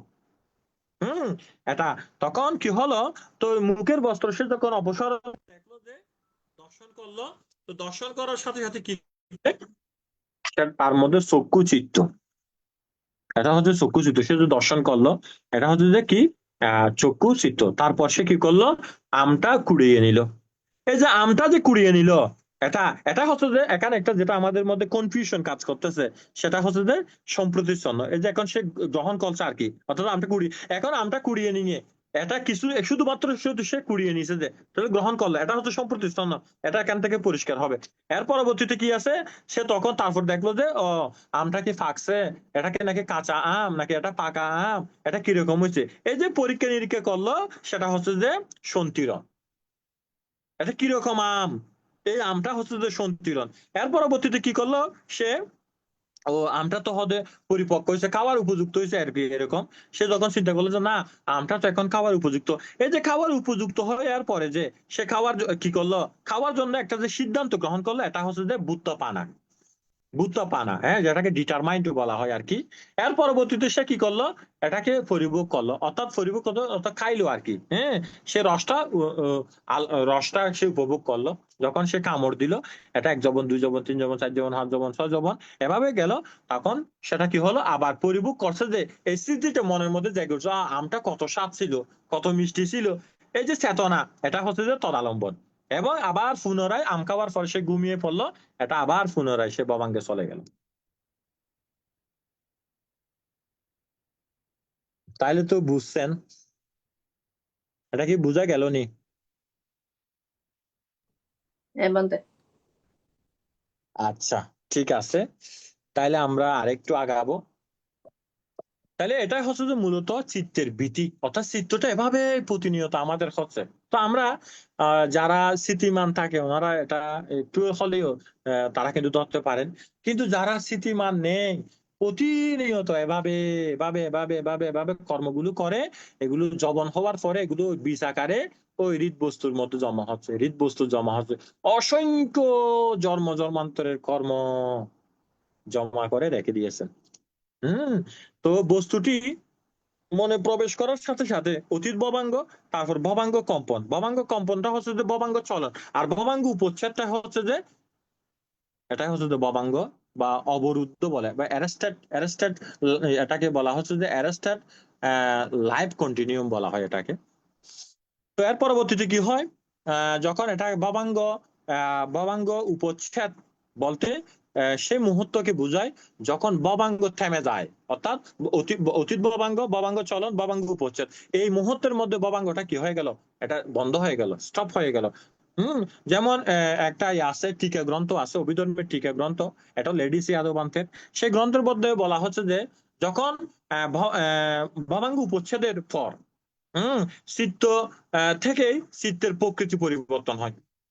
এতক্ষণ পর্যন্ত চিত্রটা স্মুথলি চলছিল, এটার পরে এটার পরে এটা, এর পরবর্তীতে চিত্তের প্রকৃতি পরিবর্তন হয়ে গেছে। এর পূর্ব পর্যন্ত চিত্ত ছিল নিষ্ক্রিয়, অর্থাৎ ভবাঙ্গ পর্যন্ত কি পর্যন্ত, ভবাঙ্গ উপচ্ছেদ পর্যন্ত চিত্তটা নিষ্ক্রিয় ছিল। কিন্তু এখন এই অবস্থায় এর মধ্যে পঞ্চদার বর্তনের সাথে সাথে, অর্থাৎ পঞ্চদার বর্তন বা মনুদার বর্তন, দুটো চিত্ত, একটা উপেক্ষা সহগত পঞ্চদার বর্তন, এটা 5 দিকে যায়, আর মনুদার বর্তনে সেটা একটি চিত্ত, সেটা মনুদার হয়। চিত্ত উৎপন্ন হওয়ার সাথে সাথে চিত্ত তখন কি হয়ে গেছে, অ্যাক্টিভ বলতে এটা সক্রিয় হয়ে গেছে। টিকার মধ্যে আরো একটি খুব গুরুত্বপূর্ণ বিষয় আছে। টিকা আমাদের লেডিস ইয়াদবান, তিনি অত্যন্ত আবিধর্মিক পণ্ডিত ছিলেন। তিনি ক্ষুদ্রানুক্ষুদ্র বিষয়গুলোকে এত সুন্দরভাবে তিনি ব্যাখ্যা করেছেন, আসলে এগুলো খুব ভালো লাগে, যত পড়ি যেন ততই ভালো লাগে, নিজের অজ্ঞতাগুলো দেখা হয়, নিজের অজ্ঞতাগুলো জানা হয় আর কি। আরো ব্যাখ্যা করেছেন, বলে যে কিরকম, যেমন মনে করেন এই যে এই অবস্থা গেল, যেহেতু এটি সেই ধার যার মাধ্যমে বস্তুটা প্রবেশ করে, অর্থাৎ ধারের মাধ্যমে, সেই চক্ষুদার, কর্ণদার, নাসিকাদার, জিহ্বাদার, কায়াদার আলম্বনটা তো আসলো, যে কোনো আলম্বনের সাথে শব্দ আলম্বন, গন্ধ আলম্বন, রস আলম্বন, স্পর্শ আলম্বন, যে আলম্বন হোক, কিন্তু যার মাধ্যমে বিভিন্ন প্রকার চিত্ত উৎপন্ন হয়, সেটাই হচ্ছে যে মনুদার। অর্থাৎ এই মনুদার বলতে মূলত কি বলা হচ্ছে, যে বুঝতে হবে যে মনুদার বলতে এক্ষেত্রে বলতে হবে যে এর পরবর্তী চিত্ত, কোন পরবর্তী চিত্ত, যে ভবাঙ্গ উপচ্ছেদের পরবর্তী থেকে মূলত মনুদার বর্তনের কাজটাই কাজ করে আর কি, অর্থাৎ উপেক্ষা সহগত মনুদার বর্তন, যেমন পঞ্চদার বর্তন, এরপরে সন্ত্রীন, এগুলো সবগুলো হচ্ছে মনুদারের মাধ্যমে হচ্ছে। যেমন বিভিন্ন আচার্যবান্তেরাও এই বিষয় নিয়ে তারা বিভিন্ন প্রকারের মত দিয়েছেন। যেমন যেটা বলছিলাম আর কি, যেমন ভারতের মধ্যেও এরকম যারা তৎকালীন সময় আচার্যগণ ছিলেন, বিশেষ করে বুদ্ধ ঘোষ বান্তে ছিলেন, উনি অত্যন্ত জ্ঞান ছিলেন, প্রজ্ঞাদীপ্ত ছিলেন। লেডিস যাদব বান্তে, হ্যাঁ, ওনারা এই বিষয় সম্পর্কে কি বলেছেন, অভিধর্ম স্বরূপ অত্ত স্বরূপ দীপনী এবং অভিধর্ম স্বরূপ টিকা গ্রন্থ এবং অভিধর্মত্ব সংগ্রহ, ভবাঙ্গ বলতে এখানে মূলত হচ্ছে ভবাঙ্গ বলা হয়েছে ওই যে কোনটাকে, বিশেষ করে ভবাঙ্গ উপচ্ছেদ কে বলা হয়নি। তাকে কাকে বলা হয়েছে তাহলে?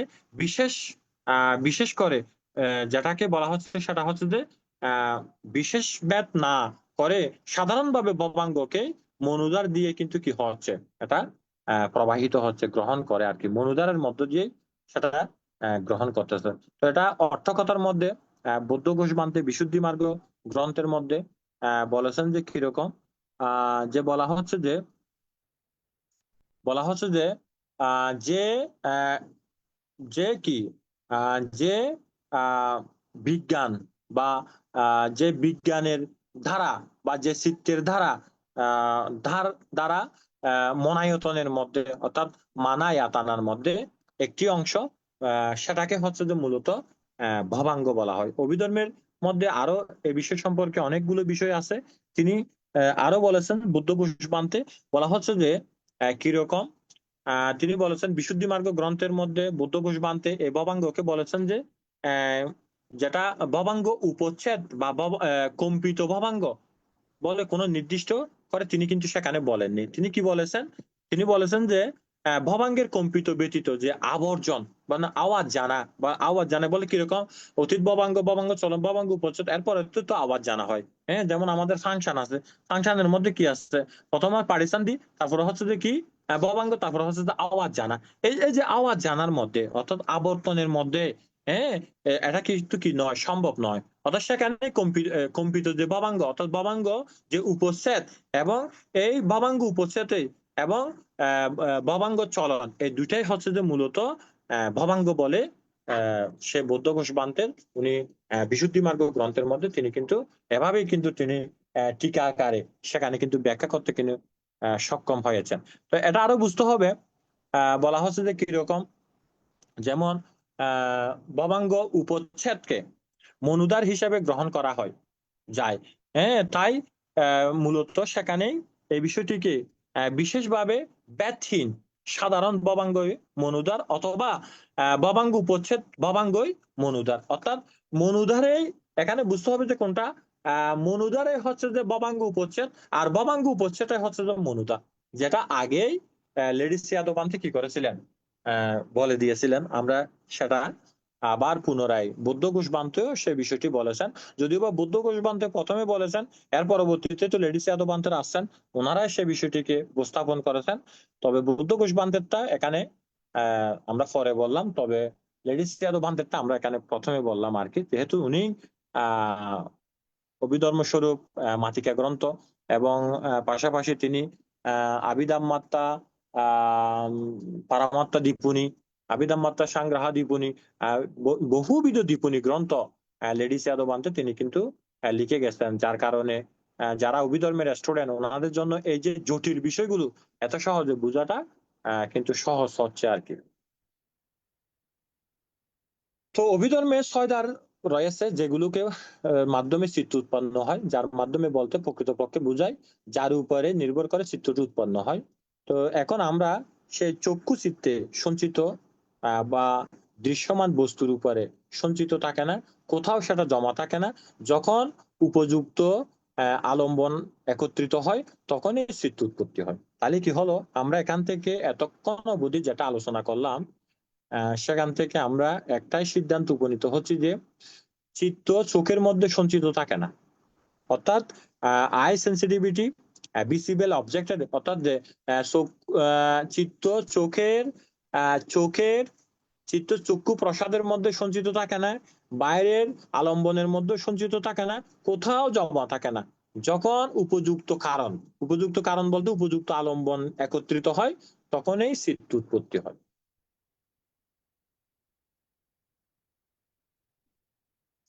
তাহলে কি হলো,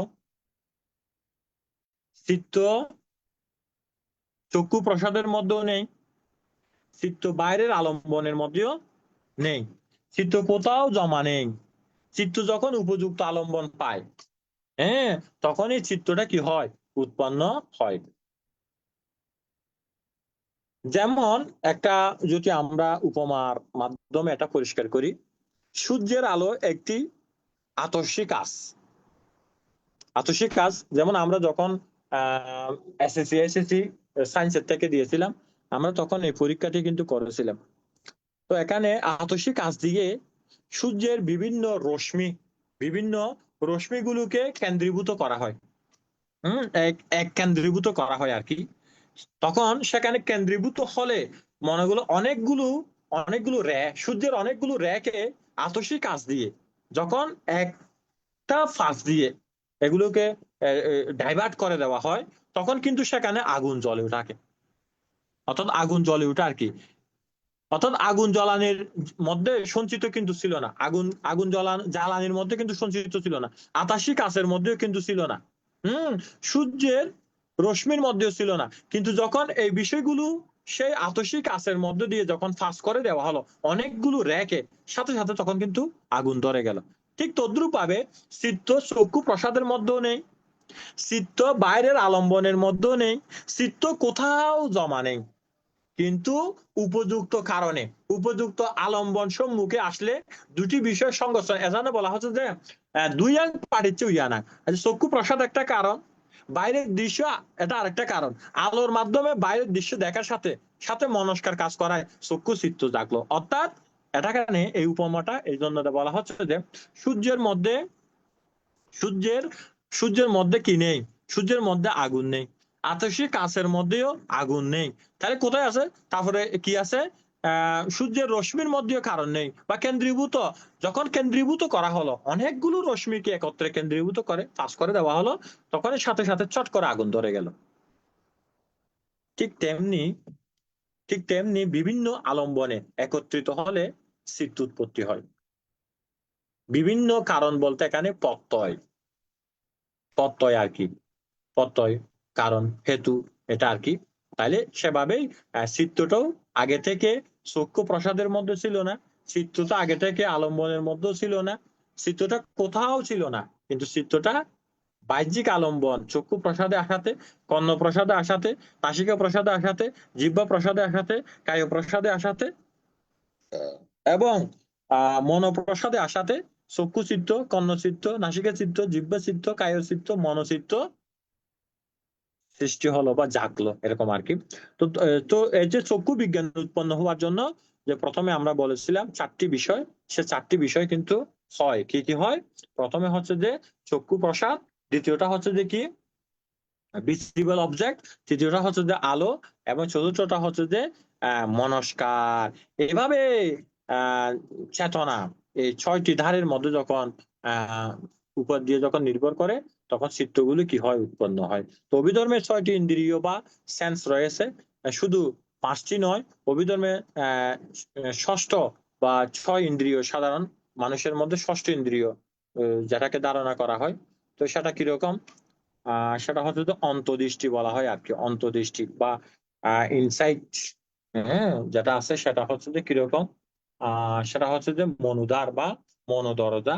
তো যা হলো ভবাঙ্গ বা জীবন প্রবাহ, এরকম ভাবে আমাদেরকে এটাকে বুঝে নিতে হবে।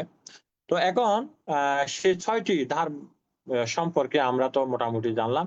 এই 6টি ধারে দিয়ে কত প্রকারের চিত্ত উৎপন্ন হয়, আমরা সেই বিষয়গুলোকে এখন আমরা কি করব, জানবো। চিত্তবৃত্তিটা আমরা আবার পুনরায় আমরা আলোচনা করব। তো চিত্তবৃত্তিটা কিভাবে হচ্ছে, যেটি আমরা আরেকটু করে বলি। প্রথমে হচ্ছে যে অতীত ভবাঙ্গ, এরপরে কম্পিত ভবাঙ্গ, এরপরে হচ্ছে যে ভবাঙ্গ উপচ্ছেদ, এরপরে হচ্ছে যে পঞ্চদর বর্তন, তারপরে হচ্ছে যে দর্শন চেতনা, অর্থাৎ দর্শন চেতনা বলতে চক্ষু চিত্ত, শ্রবণ চেতনা, তারপরে হচ্ছে যে গন্ধ চেতনা, রস চেতনা, স্পর্শ চেতনা, যেটা হোক। এরপর হচ্ছে যে সম্প্রতিচন্ন, এরপর হচ্ছে সন্তিরণ, এরপর হচ্ছে যে বুত্তাপানা, তারপর হচ্ছে 7 যবন, 2 তদালম্বন, পুনরায় ভবাঙ্গ। এটাই হচ্ছে দর্শন বৃত্তি চিত্ত বা এটা দর্শন দেখলে দর্শন বীতিচিত্ত, শুনলে শ্রবণ বীতিচিত্ত, ঘ্রাণ দিলে ঘ্রাণ বীতিচিত্ত, জিহ্বায় হলে জিহ্বা বীতিচিত্ত, তারপর কায় হলে কায় বীতিচিত্ত, মনে হলে মন বীতিচিত্ত, এভাবে উৎপত্তি হয়। এখন প্রশ্ন হচ্ছে যে চক্ষুদ্বারের মাধ্যমে কত প্রকারের চিত্র উৎপত্তি হয়? প্রথমে উৎপন্ন হয় যে পঞ্চদ্বার বর্তন চিত্ত, তারপরে আসে যে চক্ষু বিজ্ঞান চিত্ত। প্রথমে হচ্ছে যে কি চিত্ত? পঞ্চদ্বার বর্তন চিত্ত, মানে বর্তন আওয়াজ জানা চিত্ত, এরপরে চক্ষু বিজ্ঞান চিত্ত। তো চক্ষু বিজ্ঞান চিত্ত হচ্ছে যে দুই প্রকার। একটা হচ্ছে যে উপেক্ষা সহগত চক্ষু চিত্ত, কুশল ও কুশল পক্ষে থাকে। সেটা তো কিভাবে আসে? এটা হচ্ছে যে মূলত দুটি প্রক্রিয়ায় আসে। কি কি আসে? দুই প্রকার হচ্ছে যে সম্প্রতিচ্ছিন্ন চিত্ত থাকে, দুইটা সম্প্রতিচ্ছন্ন চিত্ত, দুই প্রকার উপেক্ষা সহগত সন্তিরণ চিত্ত, এক প্রকার সমনিষ্ঠ সহগত সন্তিরণ চিত্ত, এক প্রকার হচ্ছে বুত্তপানা। তাহলে আমরা কয়টা পাইলাম চোখের মধ্যে? প্রথমে পাইলাম যে কি চিত্ত? আমরা প্রথমে পাইলাম যে আমরা একত চক্ষু চিত্ত দুইটা, এর পরবর্তীতে হচ্ছে যে সম্প্রতিচ্ছন্ন চিত্ত দুইটা, চারটা, উপেক্ষা সহগত সন্তিরণ চিত্ত দুইটা, ছয়টা, সমনিষ্ঠ সহগত সন্তিরণ চিত্ত একটা, সাতটা, তারপরে হচ্ছে যে বুত্তপানা একটা, আটটা। তো আটটা সাথে কি আছে? সাথে আছে যে এর পরবর্তীতে যবন চিত্তগুলো উৎপন্ন হয়। কামবসর যবন 29 প্রকারের হয়। 29 প্রকার কামবসর যবন কি কি? যদি বলি লোভমূলক চিত্ত 8, দেশমূলক চিত্ত 2, মোহমূলক চিত্ত 2, তাহলে কত হলো? অকুশল চিত্ত হচ্ছে যে 12 প্রকার, হাসিত উপাদান চিত্ত 1, তাহলে 13 প্রকার। কামবসর কুশল বিপাক চিত্ত 8টি, তারপরে কামবসর শোভন বিপাক ক্রিয়া চিত্ত 8টি, তাহলে তাহলে কত হলো? 8 8 16, ওদিকে আছে 13, 13 আর 16 কত? 29 মনে হয়। হম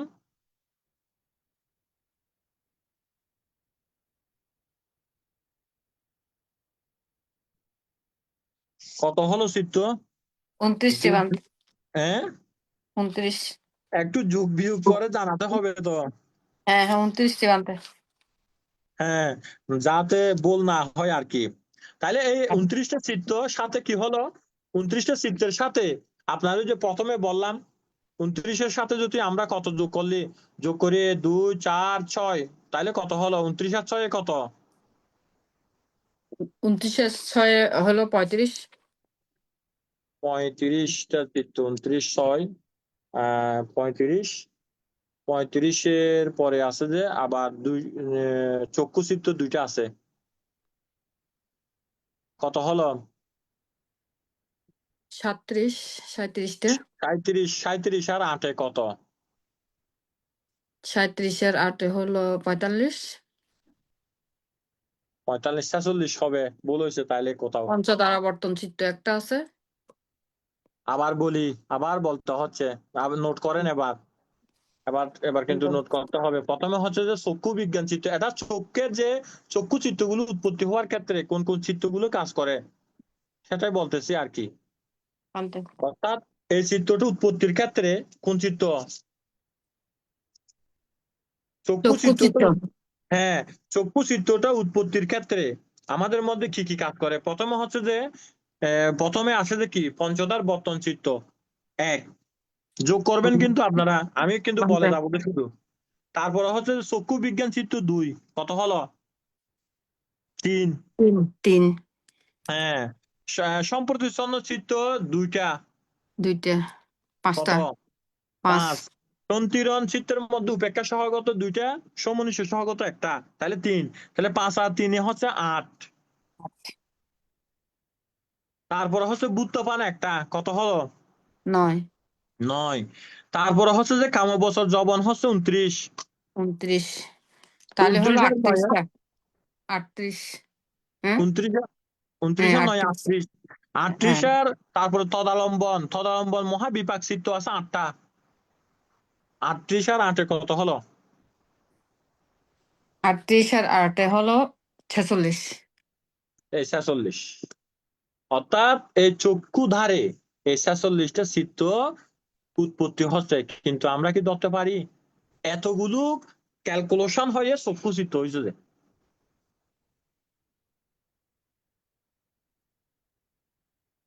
হম শ্রদ্ধেয় বান্তে, আমরা এগুলা কি মানে বিশেষ করে এই 46টা চিত্ত দ্বারাই একটা চক্ষু বিজ্ঞান উৎপন্ন হলো, এটা না শিখলে বা ইয়া হবে? এগুলো তো না অতি না সূক্ষ্ম, শিখলে এগুলো মনেও থাকবে না এক না সময়। না না শিখলে তো অনেকে না শিখে চলে যায় নাই, চলে গেছে তো। অনেকে H2O যে পানি হয় এটা না শিখেও কিন্তু পানি পান করে শ্মশানে চলে গেছে। কিন্তু আপনি জেনে গেলেন। আচ্ছা বান্তে, ঠিক আছে, ধন্যবাদ। অর্থাৎ চক্ষু দ্বারে উৎপন্ন চিত্তের স্বরূপ বললাম যেটা, অর্থাৎ চোখের মধ্যে এই চিত্তগুলো উৎপন্ন হচ্ছে যখন চক্ষু দ্বারে, অর্থাৎ এই চিত্তগুলোর মধ্য দিয়ে ওই চিত্তটা কি করছে, এগুলো উৎপন্ন হচ্ছে প্রতিনিয়ত। চক্ষু দ্বারে যেটা হচ্ছে তখন এই সমস্ত কাজগুলো কিন্তু হয়ে যাচ্ছে সেখানে। কিন্তু এতগুলো যে চিত্ত উৎপত্তি হচ্ছে এগুলো কি জানে? তো এগুলো জানতে হলে তাকে তো অবশ্যই অভিধর্ম নিয়ে গবেষণা করতে হবে। অভিধর্ম নিয়ে গবেষণা করলে তো তিনি বুঝতে পারবেন যে এই চিত্রটি উৎপত্তির ক্ষেত্রে চিত্তবৃত্তিটা এভাবে হলো। তো এটা তো অভিধর্মের স্টুডেন্ট না হলে সে কিভাবে বলবেন যে ওনার চক্ষুদ্বারের মধ্যে উৎপন্ন চিত্তের সংখ্যা কয়টি? সে কি বলতে পারবে? 46টি। ঠিক এখন এই যে এগুলো তো একদম সহজ, এরপরের গুলা নেক্সট যেটা আছে সেটা হচ্ছে যে কিরকম, সেটা হচ্ছে যে অর্থাৎ এই যে সমস্ত চিত্ত চক্ষুদ্বারের মাধ্যমে কিন্তু কি হয়, উৎপন্ন হয়। সব মিলিয়ে 66 প্রকার চিত্ত চক্ষুদ্বারে উৎপন্ন হতে পারে। এই জায়গার মধ্যে যে চক্ষু বিজ্ঞান চিত্ত দুটি আছে সেটা যদি আমরা স্রোতদ্বার উৎপন্ন চিত্তের স্বরূপ চিন্তা করি, চক্ষুদ্বারটা বাদ দিয়ে স্রোতদ্বারটা বসাই দিলে হবে। বান্তে চক্ষু বিজ্ঞান চিত্র দুইটি, এগুলো কি কি? উপেক্ষা সাহাগাতা চাক্ষু ইয়ানা, উপেক্ষা কুশল সাহাগাতা অকুশল। চাক্ষু ইয়ানা এটা একটা কুশলা অহেতুক চিত্ত আর কি, অহেতুক অকুশল, হ্যাঁ অহেতুক। হ্যাঁ হ্যাঁ। উপেক্ষা সাহাগাতা চাক্ষু ইয়ানা তাতা এর পরবর্তীটা একটা কুশল আর একটা হচ্ছে অকুশল, অকুশল, হ্যাঁ হ্যাঁ, এই ঠিক জন্য আছে। দুইটা। তো এর মধ্যে স্রোত বিজ্ঞান দুইটা, গান বিজ্ঞানও দুইটা, জিহ্বা বিজ্ঞানও দুইটা, তারপরে কায় বিজ্ঞানও দুইটা। সুখা সাহাগাতা কায়া উইয়ানা, দুঃখ সাহাগাতা কায়া উইয়ানা। এগুলো একটু মাথার উপর দিয়ে যাচ্ছে মনে হয় না? মমতা দিন।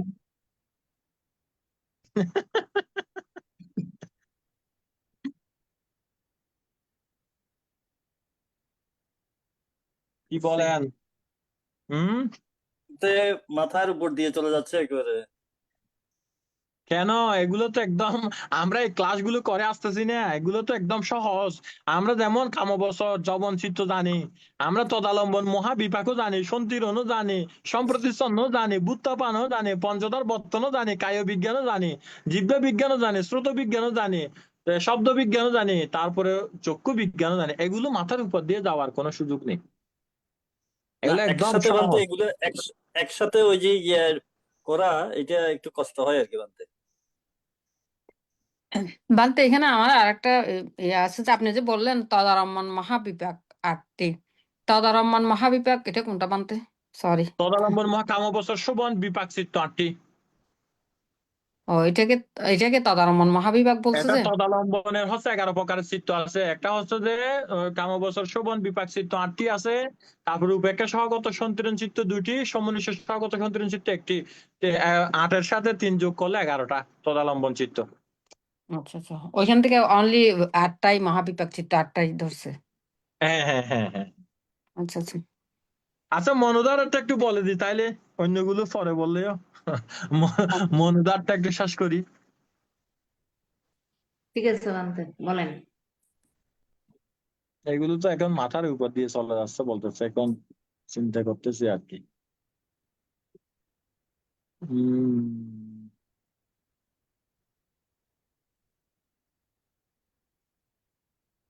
বুঝতে কি অসুবিধা হচ্ছে?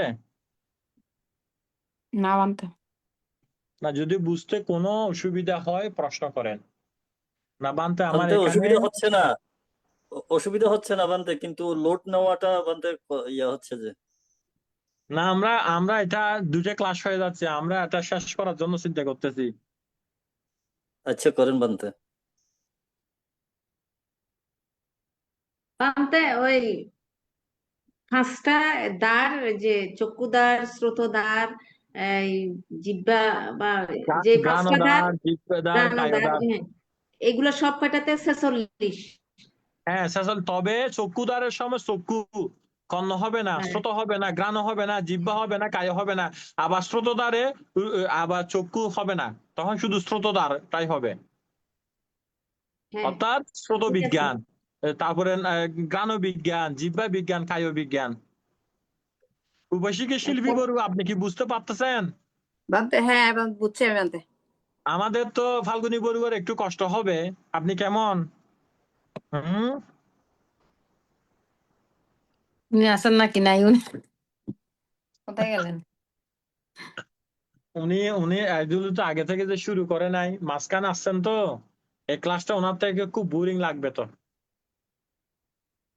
মাঝ পথে আসলে, যেমন আমি বলি, আমরা যখন সায়েন্সের ছিলাম এসএসসি এসএসসি তে, একটা যদি ফিজিক্সের ক্লাস না করেন, পরের ক্লাস আপনি আর বুঝবেন না। বা একটা কেমিস্ট্রির ক্লাস যদি আপনি না করেন, পরে নেক্সট ক্লাসগুলো আপনি বুঝবেন না। বলে যে স্যার এগুলো কোত্থেকে আসলো, এটা কোত্থেকে আসলো, শুধু প্রশ্ন শুধু প্রশ্ন। এই জন্য অভিধর্মের বিষয়গুলো এরকম, একটা ক্লাস যদি বাদ যায়, নেক্সট ক্লাসের গুলো আর বুঝবেন না। বানতে একটা কোশ্চেন, 46 এই যে চক্ষু দ্বারা এটা শুধু চেঞ্জ করে সবগুলো একই থাকবে, শুধু চক্ষু বিজ্ঞানটা তুলে কর্ণ বিজ্ঞান আরগুলো সব ঠিক থাকবে, সব শুধু ঠিক চক্ষু থাকবে। বিজ্ঞানটা তুলবেন, জিহ্বা হ্যাঁ হলে জিহ্বা বিজ্ঞানটা দিবেন, আর ঘ্রাণ হলে ঘ্রাণ বিজ্ঞানটা দিবেন, শ্রোত হলে শ্রোত বিজ্ঞানটা দিবেন, আর চক্ষু বিজ্ঞান হলে চাক্ষু ইয়ানা বিজ্ঞান দিবেন, শ্রোত হলে শ্রোত উইয়ানা, ঘ্রাণ হলে ঘ্রাণ উইয়ানা, জিহ্বা হলে হ্যাঁ জিহ্বা উইয়ানা, কায়া হলে কায়া উইয়ানা। ঠিক আছে বানতে। আরগুলো সব সেম। ওকে। তাইলে আজকে তো মানসিকতা এত ভালো নাই, শেষ করে দিলে ভালো হবে তাইলে, কারণ ওনারও মাথার উপর দিয়ে যাচ্ছে। শেষ করে দেন বানতে।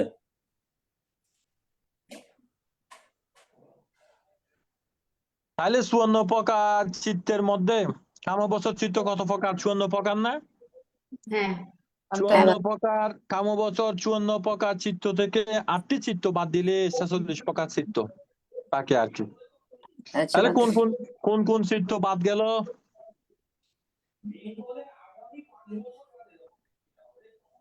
বানতে 54 প্রকার থেকে কত প্রকার চিত্ত বাদ দিতাম? 8 প্রকার।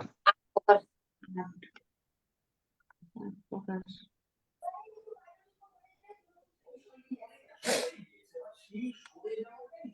ক্রিয়া চিত্ত বাদ দিব আর কি।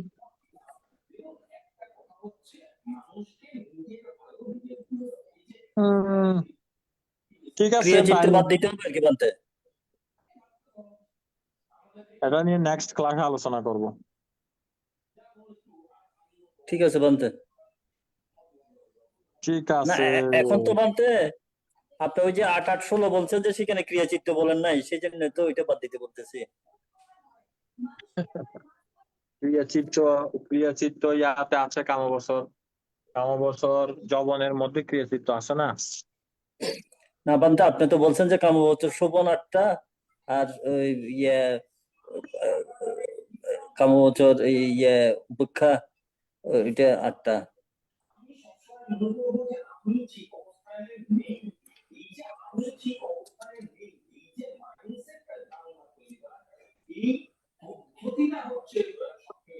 ঠিক আছে, বলেন কোন প্রশ্ন আছে কিনা বলেন, প্রশ্ন সলভ করবো এবার।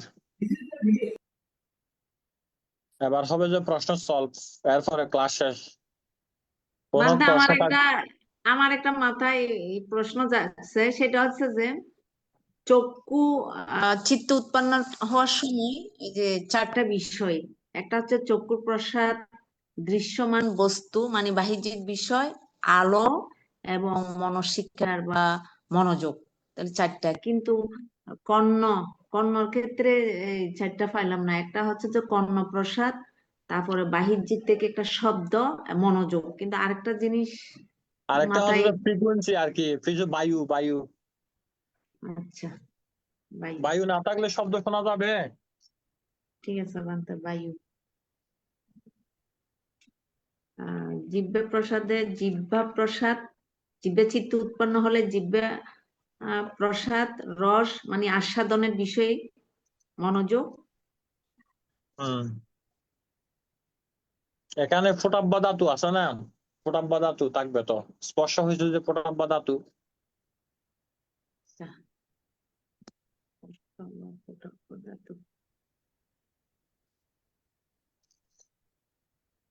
বলেন আর কোনো প্রশ্ন আছে কিনা?